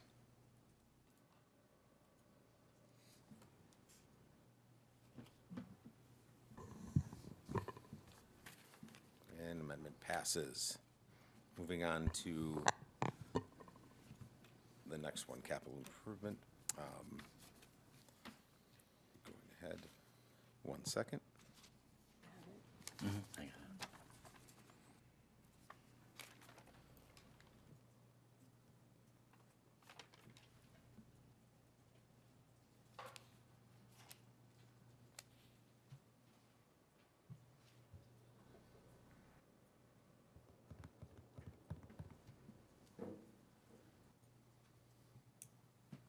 All right, Alderman Paul now. Thank you. Make a motion to decrease the parks carry forward for Cook Park from 180,000 to 0. This is intended to lower the borrowing. Okay. And Director Kading had said that he didn't have an issue with this, so I thought that was low-hanging fruit. Thank you. And in a second, any further discussion? Alderman Ellis. Thank you, Mr. President. If you could over there, sir, Mr. King of Park and Rec, can you explain what this is again for the class?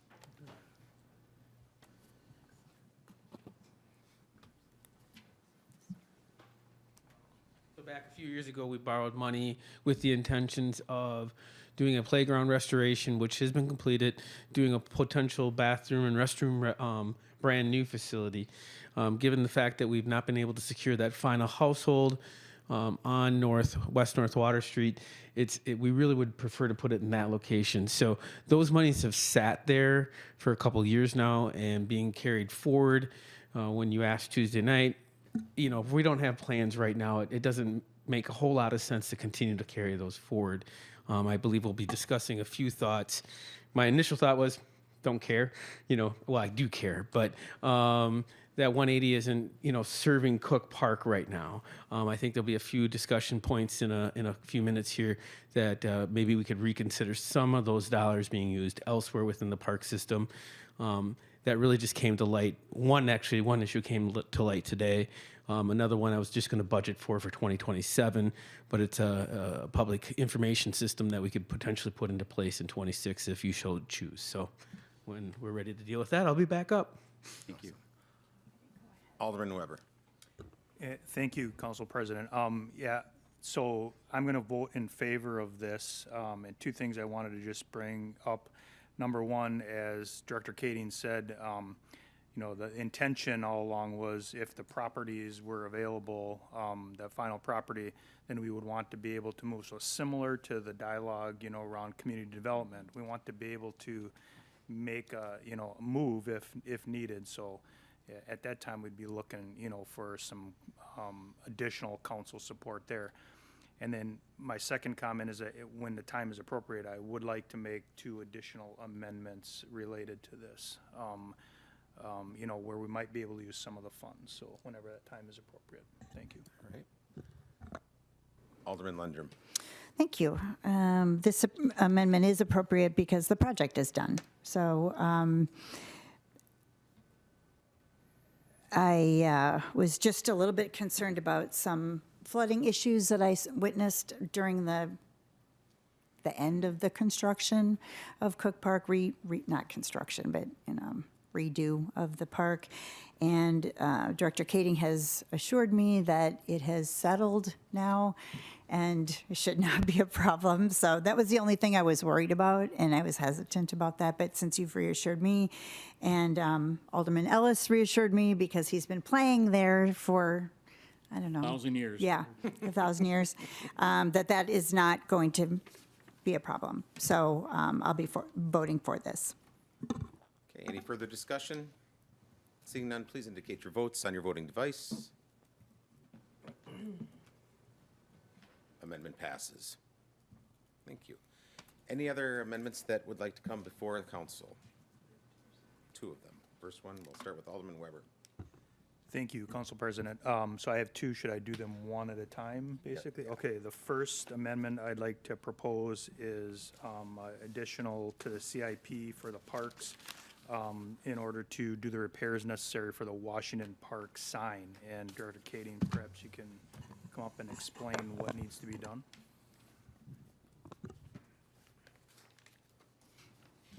So if anybody's driven past the sign at Washington Park, it seems to be out of date. It's not because we don't care. It's not because we don't want to tell you the right information. It's because we can't seem to get the sign to work properly. I regularly go over, turn it off, reset it. Maggie in our office then tries to reprogram it. It works for a little bit, and then it fails again. In working with our sign company, they basically have said the guts have failed. It needs to be gutted and redone from the inside out. So I got some estimates on that. That was $30,000 to gut it, to redo it. Yes, I know. I'm not happy about it either.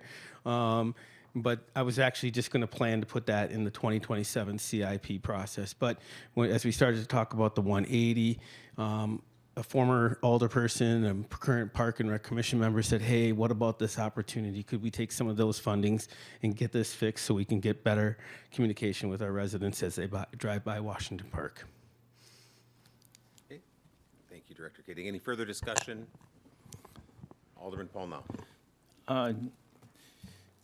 The sign, I guess, I don't know the history of the sign. It's been there a while.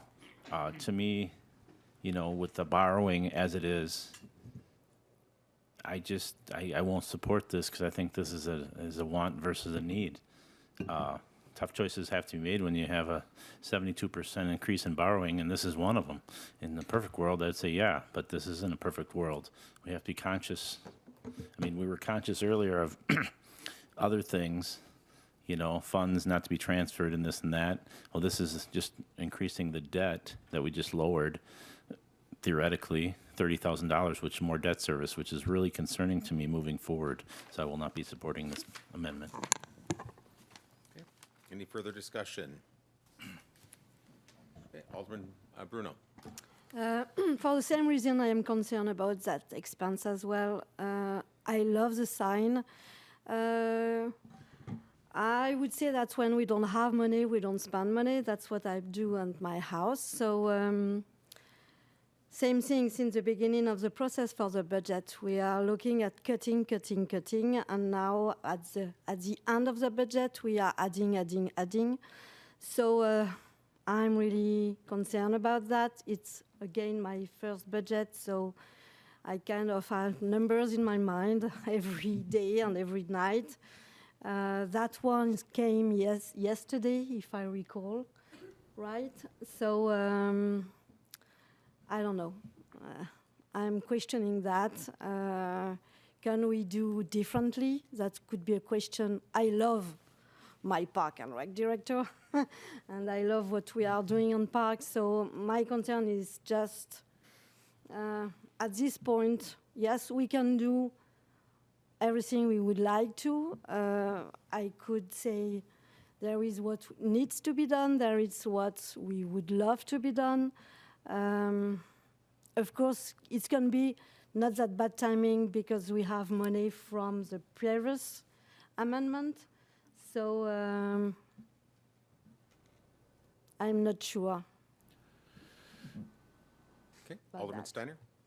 Sorry if I zoned out a little bit. What does the sign show again? What is it displaying exactly? Right now, it still currently shows summer registration is open, and it's now snowing out. So unfortunately, generally speaking, we put the program registration season on. We advertise upcoming special events on it, and then the time and the weather as well shows up. But currently, it's stuck in summer registration mode, and it's sometimes showing you the temperature and the time, but that's what's on the display board, generally speaking. And what are the other places that we display that type of information? For Park and Rec, that's it. Oh, so there's nothing like on websites or Well, social certainly media or websites, social media. We do all the type of marketing and using our rec guides. It just is it's allowing us to communicate with people more directly as they're driving by, and it becomes that opportunity. Okay, thank you. Director Keating, quick question. Can it be simply turned off? I can just go out there and turn it off tomorrow. And it could just be blank? It'll just be blank. Okay, thank you. Alderman Lindrum. So this is a main entrance into our city, and to have a dead sign there, I think is odd. You know, maybe if you took it out, but that would be another cost. Since we are freeing up, I guess, it's kind of an odd word, but $180,000 from Cook Park, since that project is over, and the cost of the sign, more or less $30,000. Director Keating. So I think this is probably, since this is carry forwards, it's already been borrowed, I think this is a really good use of this, and we trust that you are not going to do some sort of a gold lame sign with diamonds hanging off it. It'll be an appropriate sign for that park. And it is, like I said, the entrance to our city. So I'll be voting for, did you make a motion? Okay, I'll be voting for this. Alderman Erickson. Thank you. I have an unusual comment. I've been on the library board for over 10 years, and I remember when the library sign had some issues, and I was wondering if Director Willem Hardina remembers that as well, and we had a board member from the library who was able to step forward, volunteered his time, and fixed it. And it has been, to my knowledge, and maybe you could correct me if I'm wrong. Tell me, he's. So our sign the computer has died. So thankfully we knew that it was going to be coming. So now it just has our mission, and it just scrolls. But it is 25 years old, almost 26 years old. But yes, our current board president was able to fix the computer several times, but now, unfortunately, those computer parts are So we're just kind of holding on right now. We probably won't replace it with a digital sign given that corner versus, Washington Park, where everybody coming into the community sees it. Okay. So, yes. Thank you. You're welcome. Alderman Ellis. Thank you, Mr. President.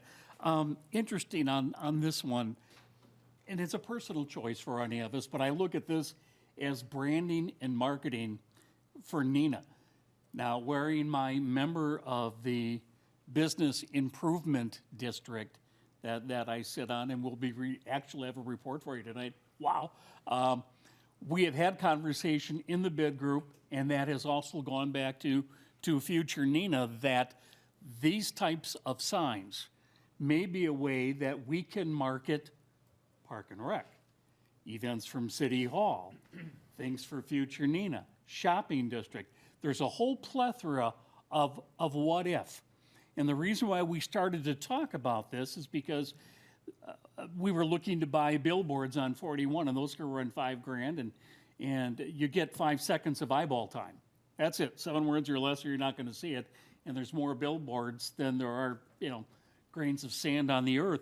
So the bid group is looking at what ifing here in the very infancy stage without financial, but we understand the value of these types of signs. And we're going to be pursuing those over the next year. So council can go the way that they want on that. But from this person's opinion, that is smart marketing for the city of Neenah. And I look at that as an investment and not a cost. So I will be supporting this. Thank you. Alderman Bruno. Yes, I agree with you regarding, I'm a communication and marketing girl, so I can look at that as marketing, but same thing, we can do this kind of sign everywhere in the city. I would love to have one on Dutty Island. You all know my implication on the island, and I would love to have this kind of sign at the entrance of the island for us. But for the same reason, if we don't have the money, we don't spend the money, and I'm still in this opinion saying maybe we can wait regarding the remark of elder woman. It's not for me, it's not the entrance of the city. It's right in the middle of the city. So for me, it's not a good argument. I think I will stay with the fact that we can wait on that, just because we don't have the money. So why spending now for a sign? Doesn't make sense to me, even if I would love to have this kind of sign everywhere. I'm not saying we won't have it, maybe next year, maybe in 2 years, maybe we can work on the what if. And that's another program, another project, a marketing project, an overall marketing project with a budget in front of it. For now, I'm more cutting, and I would prefer cutting than spending money for that. Okay. Any further discussion? All right. Seeing none, indicate your vote on your voting device, please.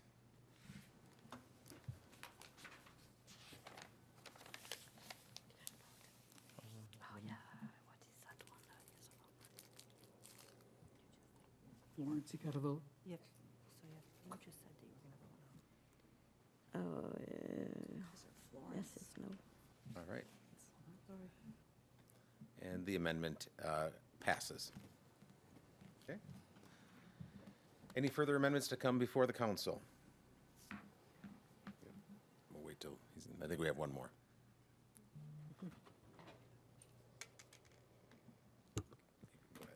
Okay. Actually, I had one other amendment I was going to bring before the council, but considering all of the discussion we've had on borrowing costs, et cetera, I think it's appropriate that we talk about, that particular topic in next year's budgeting process, and we'll just table it for now. So nothing else. Thank you. Awesome. Thank you, Alderman Weber. Okay. Any other amendments that come before council? Okay, well, before I turn the gavel over to the mayor, I just want to extend my heartfelt thank you to Director Rasmussen and Deputy Director Call for helping with this budget. I know it was a crazy couple weeks, well, probably a few months to put this together, and just know your service to this city is much appreciated.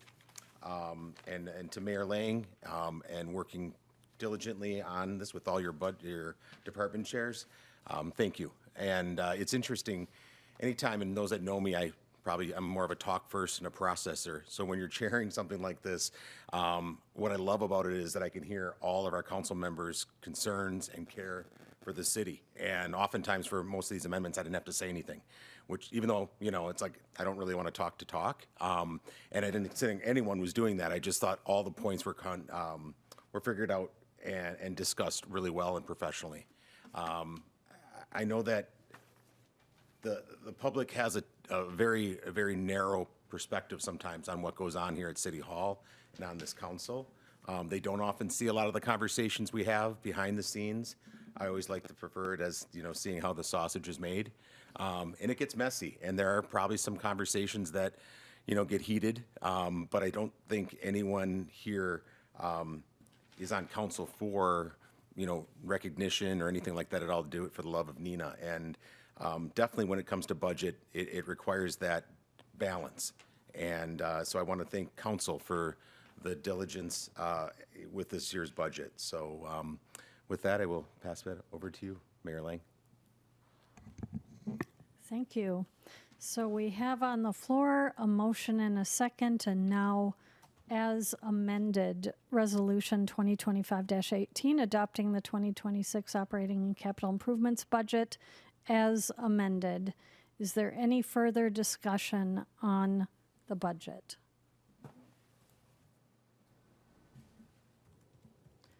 Seeing none, please cast your vote on your voting device.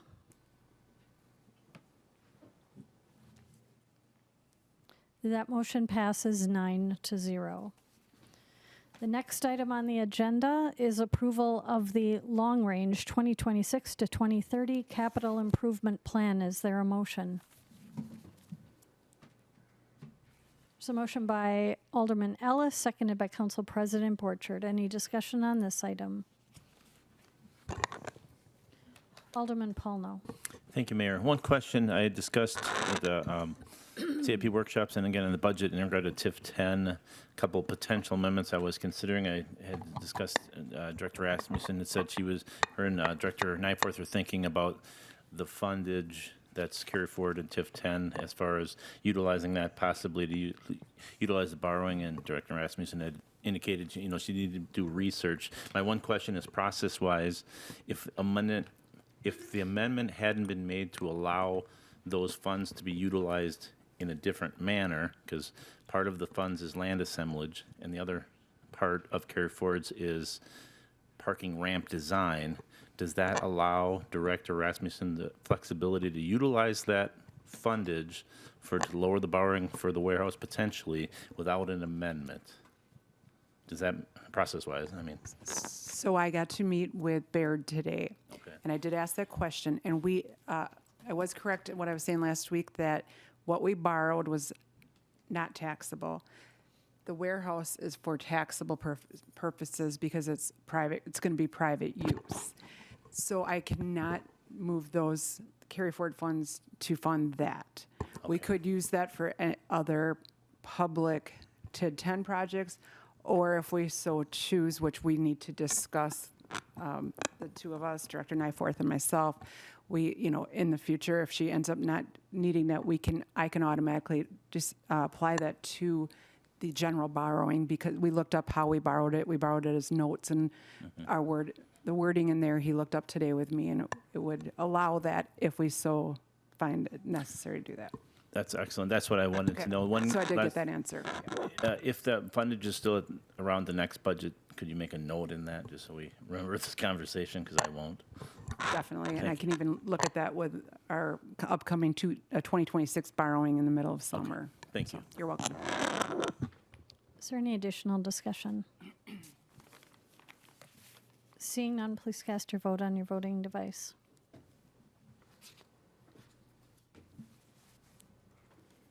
That motion passes 9-0.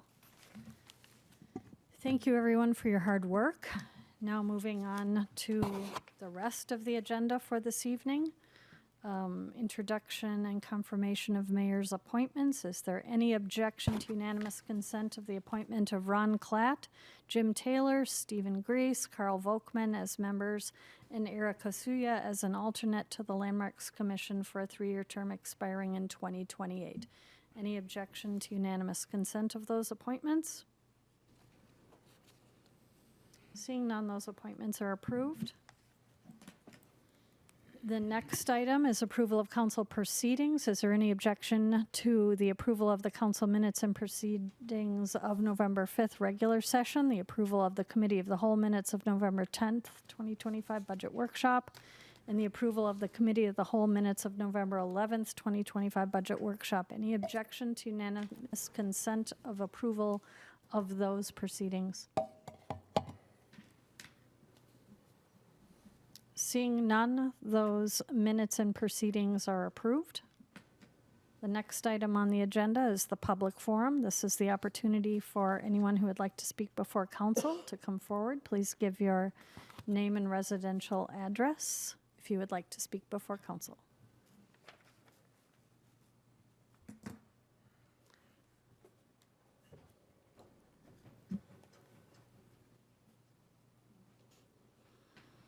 Scott Becker, 1061 Grigger's Lane. I'd like to thank the council for supporting the crossing guards. I think that's good for the city, and also supporting the beacon. I think that's good. I think that moves Neenah forward, and that's all what we want. Thank you. Is there anyone else who would like to speak during the public forum? Seeing no one, I will close the public forum. Any consideration of public forum issues? Seeing none. There is no consent agenda, so we'll move on to reports of standing committees. The regular Public Services and Safety Committee meeting of November 11th. Chairman Lundrum. Thank you, Mayor. Reporting out, as you said, from the regular Public Services and Safety Committee meeting of November 11th, 2025. Minutes can be found on the city website. We have 2 action items tonight. Item number 1, committee recommends council approve the revocable occupancy permit for 612 Main Street to maintain a parking lot in the Mayor Street right-of-way, and I would so move. There's a motion by Alderman Lundrum, seconded by Alderman Weber. Is there any discussion on this item?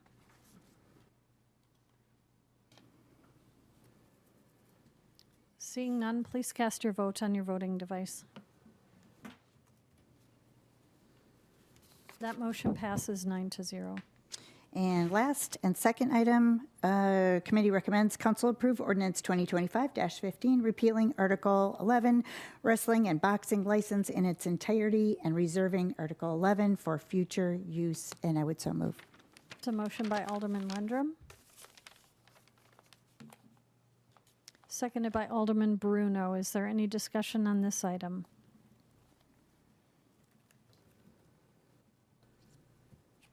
Seeing none, please cast your vote on your voting device.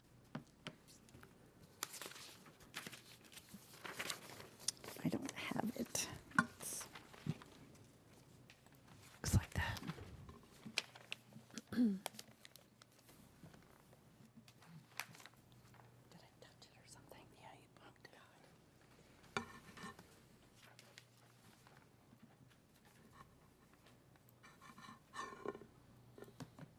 I'm afraid to touch it. Did it work? Okay. That motion passes 9-0. And that's the end of my report. For your report, the next item on the agenda, the regular Finance and Personnel Committee meeting of November 10th. Chairman Stein. Thank you, Mayor. Minutes from the meeting can be found on the city website. Committee recommends council approve resolution 2025-15, adjusting election inspector wages to an hourly rate effective January 1st, 2026, and I so move.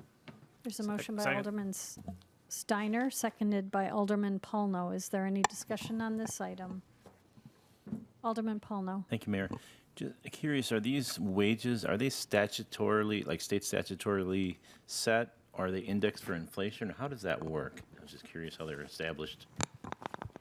Each municipality establishes the wage for the election inspectors. Do we then index them for inflation, or how does that, what is the driving force to review these? The driving force to do these wages right now is that the program for, they're typically paid a stipend, and the program for the stipend is going unsupported.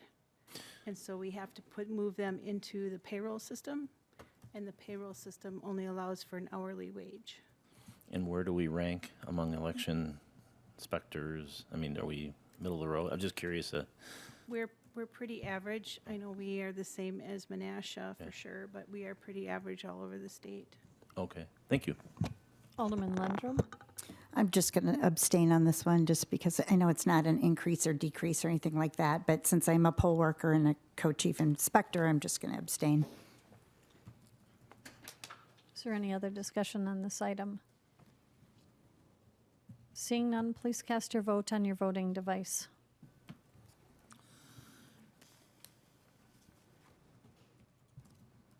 That motion passes 8-0 with one abstention. Item number 2, committee recommends council approve resolution 2025-16 designating city services building 1495 Taller Road as a polling location for the 2026-2027 election cycle, and I so move. There's a motion by Alderman Steiner, seconded by Alderman Bruno. Any discussion on this item?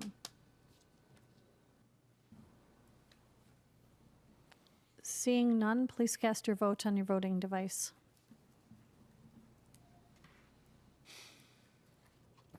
That motion passes 8-0 with one abstention. And that concludes my report. Thank you for your report. The next item on the agenda, the regular Plan Commission meeting of November 11th was canceled, so no report. Moving on to the Board of Public Works meeting of November 13th. Vice Chairman Lundrum. Thank you, Mayor. As you said, reporting out from the Board of Public Works meeting of November 13th, 2025, and minutes can be found on the city website. We've got 2 action items tonight. Item number 1, board recommends council approve final payment contract 7-21 Harrison Street Pond to MCC Incorporated in the amount of $117,418.63, and I would so move. So motion by Alderman Lundrum, seconded by Alderman Ellis. Alderman Paulno. Thank you, Mayor. Director Kaiser, I was curious. I know there's been a lot of trials and tribulations with Harrison Pond and some back and forth with the contractor. Were we made, not made whole, but we came to equitable position, in your opinion, with this payment? Yes, I'm satisfied with this. The contractor did not receive the amount that they had requested. They made us aware of a couple of things that we needed to pay for, so I think in the end it was a good settlement all the way around. So as the old saying goes, when both parties walk away a little grumpy, it was probably a good settlement. I would say that's how this one worked. Yeah, thank you. Is there any other discussion on this item? Seeing none, please cast your vote on your voting device. That motion passes 9-0. And the second and last action item, board recommends council approve final payment on contract 1-25 street and utility construction for Alexander Drive, Forest Manor Drive, Bruce Street, Lexington Court, and Southfield Plat to Donald Hippis and Sons Incorporated in the amount of $406,821.61, and I would so move. So motion by Alderman Lundrum, seconded by Council President Borchard. Any discussion on this item? Seeing none, please cast your vote on your voting device. That motion passes 9-0. And that's the end of my report. Thank you for your report. Moving on then to the report from the Business Improvement District Board meeting of November 18th. Alderman Ellis. Thank you, Mayor. The bid group, along with FNI, have voted and approved the 2026 bid operation plan, and that will be coming to council for approval vote at our first council meeting in the month of December. A lot of good things happening. especially at this time of year. I would like to just remind everybody, December 5th, we have the Very Merry Christmas, and we also have the holiday market from the 5th through the 7th. That's new, the Saturday, Sunday events. Very cool that many, many years ago, it used to be a Friday night and a Saturday event. And this market concept that F and I came up with for the Saturday, Sunday, with the help of the police and the fire and the Rotary and all the other groups, are going to make this a spectacular event. On the 11th, we have the cookie crawl. So I've got you all signed up for that. And on the 13th, we have the special Saturday office hours to sell the gift certificates. That concludes my report, Mayor. Thank you for your report. Then moving on to the Neenah Arts Council report of November 12th. Thank you, Alderman Mayor. Erickson.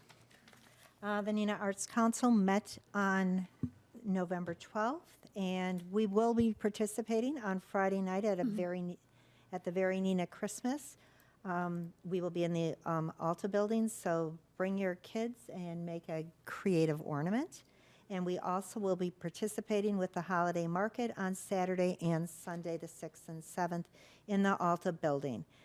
Santa will be there, and we will be there making gift cards. So that concludes my report. Thank you for your report, and thank you for all you do in the community on the Arts Council. Moving on to the Landmarks Commission meeting of November 12th. Alderman Weber. Thank you, Mayor. Minutes will be posted on the city website. We had a discussion around commission membership, and that was reflected in the mayor's appointments early on. We also talked about the brochure distribution, and I had updated the council here last week during the CIP and handed those out, so we're glad to have that project past us. And we did submit a letter of intent for the Wisconsin Historical Society local government grant for 2026. So that's just really the first step in saying we intend to explore that, and now that's going to be our next project as a commission. So, and that concludes my report. Thank you for your report. Are there any petitions? Are there any council directives? Mayor. Alderman Lundrum. Thank you, Mayor. I have a council directive. This came up pretty quickly. This has to do with, I think we all received, I don't know if you had time to read it yet, Deputy Director Brad Schmidt's email. And I'll just read that, a small section, and then I'm going to add my modification, I guess, to it, to the code that I'm looking for, code change, I should say.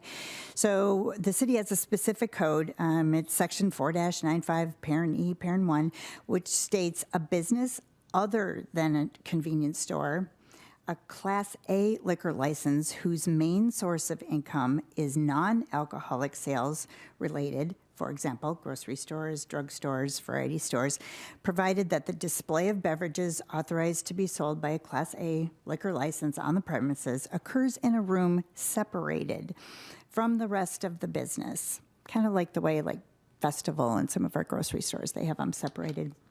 And outside and inside entrances capable of being closed during hours when the sale of intoxicating liquor is prohibited.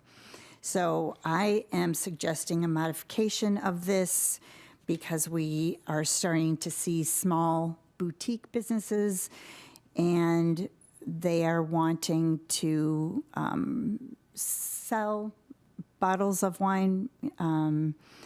So I was thinking that I would suggest that this be modified to under 3,000 square feet, and they would only need one register, unlike the code that says they need two, and they don't need a separate coming and going entrance. They just have the one entrance. So that is the extent of my modification on that, and I'm open to discussion, not now, of course, but this is not carved in stone by any means. So that's it. Oh, I need to move. Can I, and I so move. Second. There's a motion and a second that would then come back to our next council meeting for vote. Are there any other council directives? Is there any unfinished business? Alderman Paulno. Thank you, Mayor. Just question for you, Mayor. You had alluded to, or maybe you said that the plan is to get a meeting with, potentially with the Neenah Council and the school district, or the Board of Education. Do you have any estimated timelines? Would that be a 25 project, or are you looking more in January, or what? I had the conversation with Dr. Harrison today, and we discussed this. I talked with him about this topic previously, but was thinking this would be a good opportunity for us, as Alderman Erickson said, to discuss several issues in cooperation with the district. So I will put that before him and ask him what he thinks the availability is in December for school board and for us to get together. Okay, I know, that's great. It's pretty ambitious, I think. Yeah, I know December's a challenge with Yeah. all the holiday stuff. So We'll attempt to make that happen. thank you.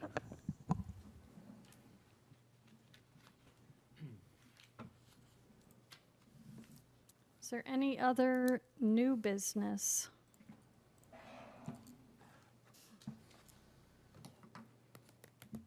Seeing none, is there a motion to convene into closed session?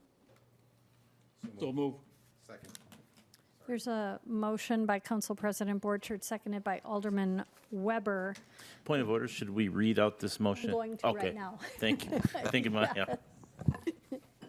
I've got it right in front of me to read. The Common Council may convene in closed session pursuant to Wisconsin Statute Section 19.85, Parent 1, Parent C, considering employment, promotion, compensation, or performance evaluation data of any public employee over which the governmental body has jurisdiction or exercises responsibility specifically regarding the Director of Human Resources.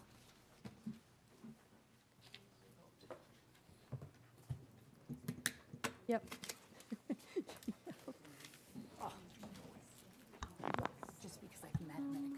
Please cast your vote on voting devices so we can go into closed session.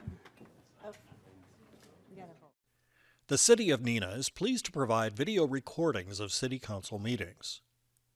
Neenah residents can get information about City Council meetings, City Committee meetings, meeting agendas, and other documents from the City website, www.neenahgov.org.